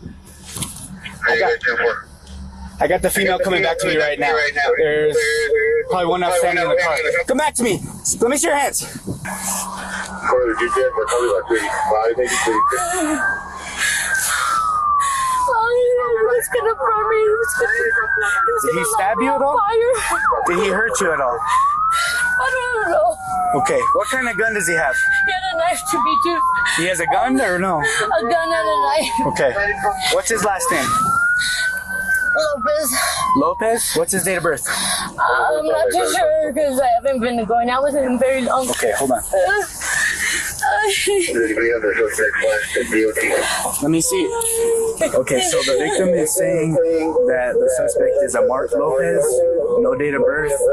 Apparently there's gas and fire in the car. I didn't see anybody exit besides her, so he may still be in the vehicle. Okay, stay in the car, okay? Okay. Keep your head down. He has a gun. She insisted that her boyfriend, Mark Lopez, had escaped into the desert and was armed and dangerous. Officers launched an immediate manhunt, believing they were searching for a violent criminal who had just caused the deaths of 2 men. But as police began checking records, something wasn't right. When they searched for Mark Lopez, they discovered that he had been at work all day, with multiple alibis and surveillance footage proving his whereabouts. Even more baffling, Lopez had never met Janine Yarrow in his life. I feel very violated. My character, my job finding, just everybody in my professional, my friends, this is very, very embarrassing. The woman they had rushed to save was suddenly becoming the prime suspect. Further investigation revealed no evidence of gasoline on Yarrow or inside the Malibu, contradicting her claim that her captor had tried to set her on fire. He woke me up in this so terrible, terrible, terrible way. Pouring some gas on me. I smelled it and then I felt like the cold. When my clothes and everything, he told me it was gonna burn me. Okay. He said he was gonna set me on fire and I was gonna die. But he was gonna kill me. The knife and gun she said he had were never found. I seen him, he had the knife in his hand and everything, but it was closed. But I seen it. So when you say closed, was it a folded knife? Yeah? And then the blade was closed? Yeah. But he was still holding it against your neck and your chest? Yeah, and he was telling me that I'm not going to leave and he was going to kill me. And then came the most damning evidence. Witnesses who saw the Malibu at the beginning of the chase confirmed that Janine Yarrow herself had been the driver the entire time. It was becoming painfully clear that there had never been a kidnapping. Janine Yarrow had simply stolen a car, fled police, and fabricated a lie to avoid getting caught. But this time, her deception had cost lives.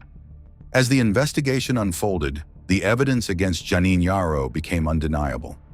Every aspect of her story began to fall apart under scrutiny. The so-called kidnapper, Mark Lopez, was proven to be entirely uninvolved, with a solid alibi backed by security footage, phone records, and multiple witnesses. There was no physical evidence to support her claim that she had been doused in gasoline, nor was there any sign of the weapons she insisted her abductor had used to threaten her. The final and most damning piece of evidence came from eyewitness accounts and police reports that confirmed what detectives had already begun to suspect. Janine Yarrow had been the driver of the white Chevy Malibu all along. With her web of lies collapsing, authorities had no choice but to place Janine Yarrow under arrest. She was charged with vehicular homicide for the deaths of Officer Robert Duran and retired firefighter Frank Lovato, as well as reckless driving, causing serious injury for the crash that left Alexis Jenkins permanently disabled. Additionally, she faced charges of auto theft, as the Chevy Malibu had been reported stolen, and false reporting, as her entire story about being kidnapped was fabricated from the start. Even as she was taken into custody, Janine refused to admit the truth. She continued to insist that she had been a victim, repeating her story with unwavering conviction, despite the overwhelming proof that she had orchestrated the entire event. Detectives confronted her with the evidence, yet she remained defiant, attempting to twist the narrative to her advantage. However, this time, her usual strategy of deception would not work. Unlike in her past run-ins with the law, there was no technicality to save her, no missing witness to make the case disappear, and no sympathy left to exploit. This time, Janine Yarrow's lies had gone too far, resulting in real deaths, real suffering, and irreversible destruction. The justice system was no longer willing to grant her the second chances she had so often manipulated. She was officially booked into jail, awaiting trial for the most serious crimes of her life. Janine Yarrow's trial became one of the most closely watched cases in Santa Fe's history, not just because of the tragic loss of life, but because of the shocking nature of her deception. And after you've been found out, what do you say? I'm not a murderer. I am not. I'm not a murderer. Stop talking.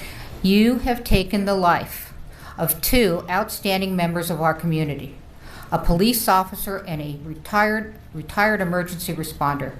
And you did so in the most egregious, deplorable way. Their families, friends, and fellow officers' lives have been changed forever. What had initially been believed to be a desperate escape from a violent kidnapper had instead been an elaborate and reckless lie, one that resulted in two innocent people losing their lives and a third suffering permanent injuries. Prosecutors were determined to ensure that this time, Yarrow would face the full weight of justice. As the trial began, the courtroom was filled with emotion. On one side sat the families of Officer Robert Duran and retired firefighter Frank Lovato, still grieving the senseless loss of their loved ones. On the other side sat Janine Yarrow, the woman responsible for their deaths, still refusing to take accountability. The prosecution wasted no time painting a clear picture of what had happened. This was not an unfortunate accident, nor was Yarrow a helpless victim.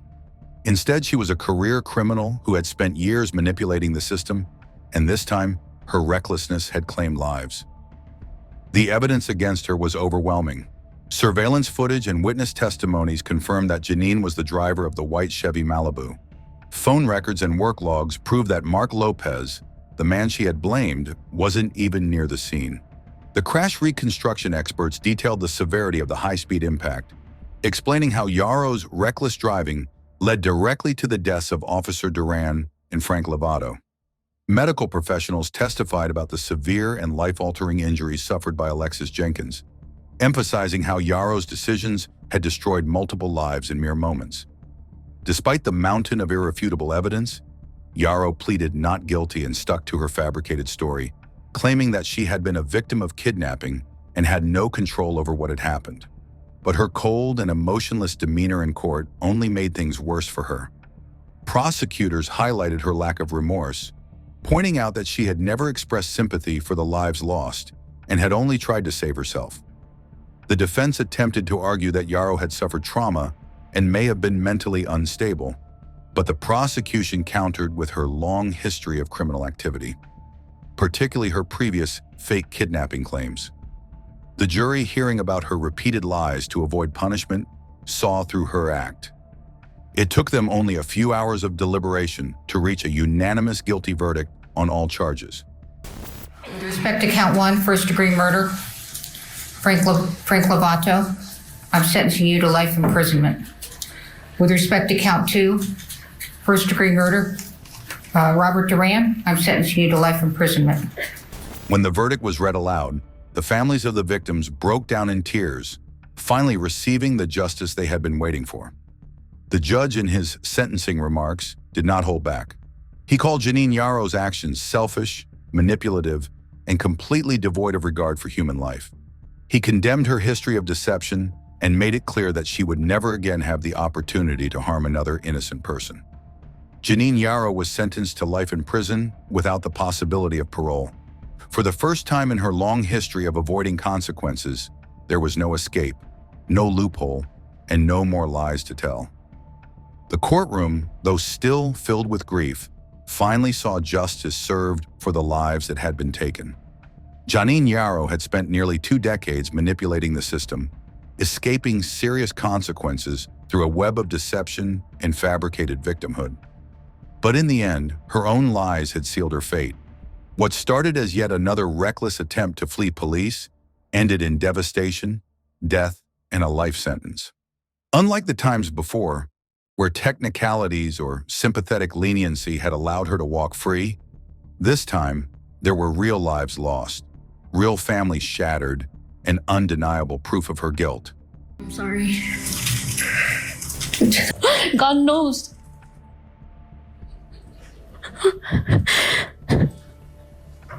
I deserve a second chance, Your Honor, please. For my family and myself, I would never do that. I would never cause harm.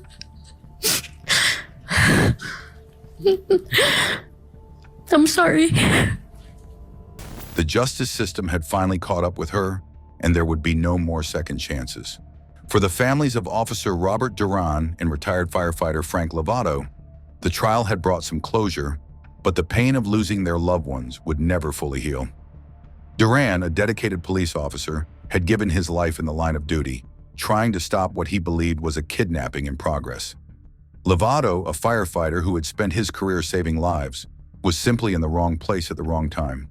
The tragedy of their deaths was amplified by the fact that it never needed to happen in the first place. If not for Janine Yarrow's selfishness and recklessness, both men would still be alive today. My brother died trying to save her life. Her sorry but not sorry letter, it was also very hurtful and upsetting to hear the details of her accounts when my brother gave the ultimate sacrifice. 2 beautiful lives were lost, 2 families that will never be the same. Alexis Jenkins, the civilian who had been severely injured in the pursuit, would never fully recover. The crash had left her with permanent injuries, altering the course of her life forever. She had been a bystander, an innocent driver on the highway, completely unaware that she was about to become collateral damage in one woman's desperate attempt to escape accountability. No matter what sentence Janine Yarrow received, it could never undo the irreversible damage she had caused. This case serves as a chilling reminder of how a single lie can spiral out of control, leading to unimaginable consequences. Janine Yarrow thought she could lie her way out of trouble like she had so many times before. But this time, the cost was far too great. The legal system had given her chance after chance. But instead of learning from her past mistakes, she pushed her luck until it ran out. Now she will spend the rest of her life behind bars with no possibility of parole, left to sit alone with the weight of the destruction she caused.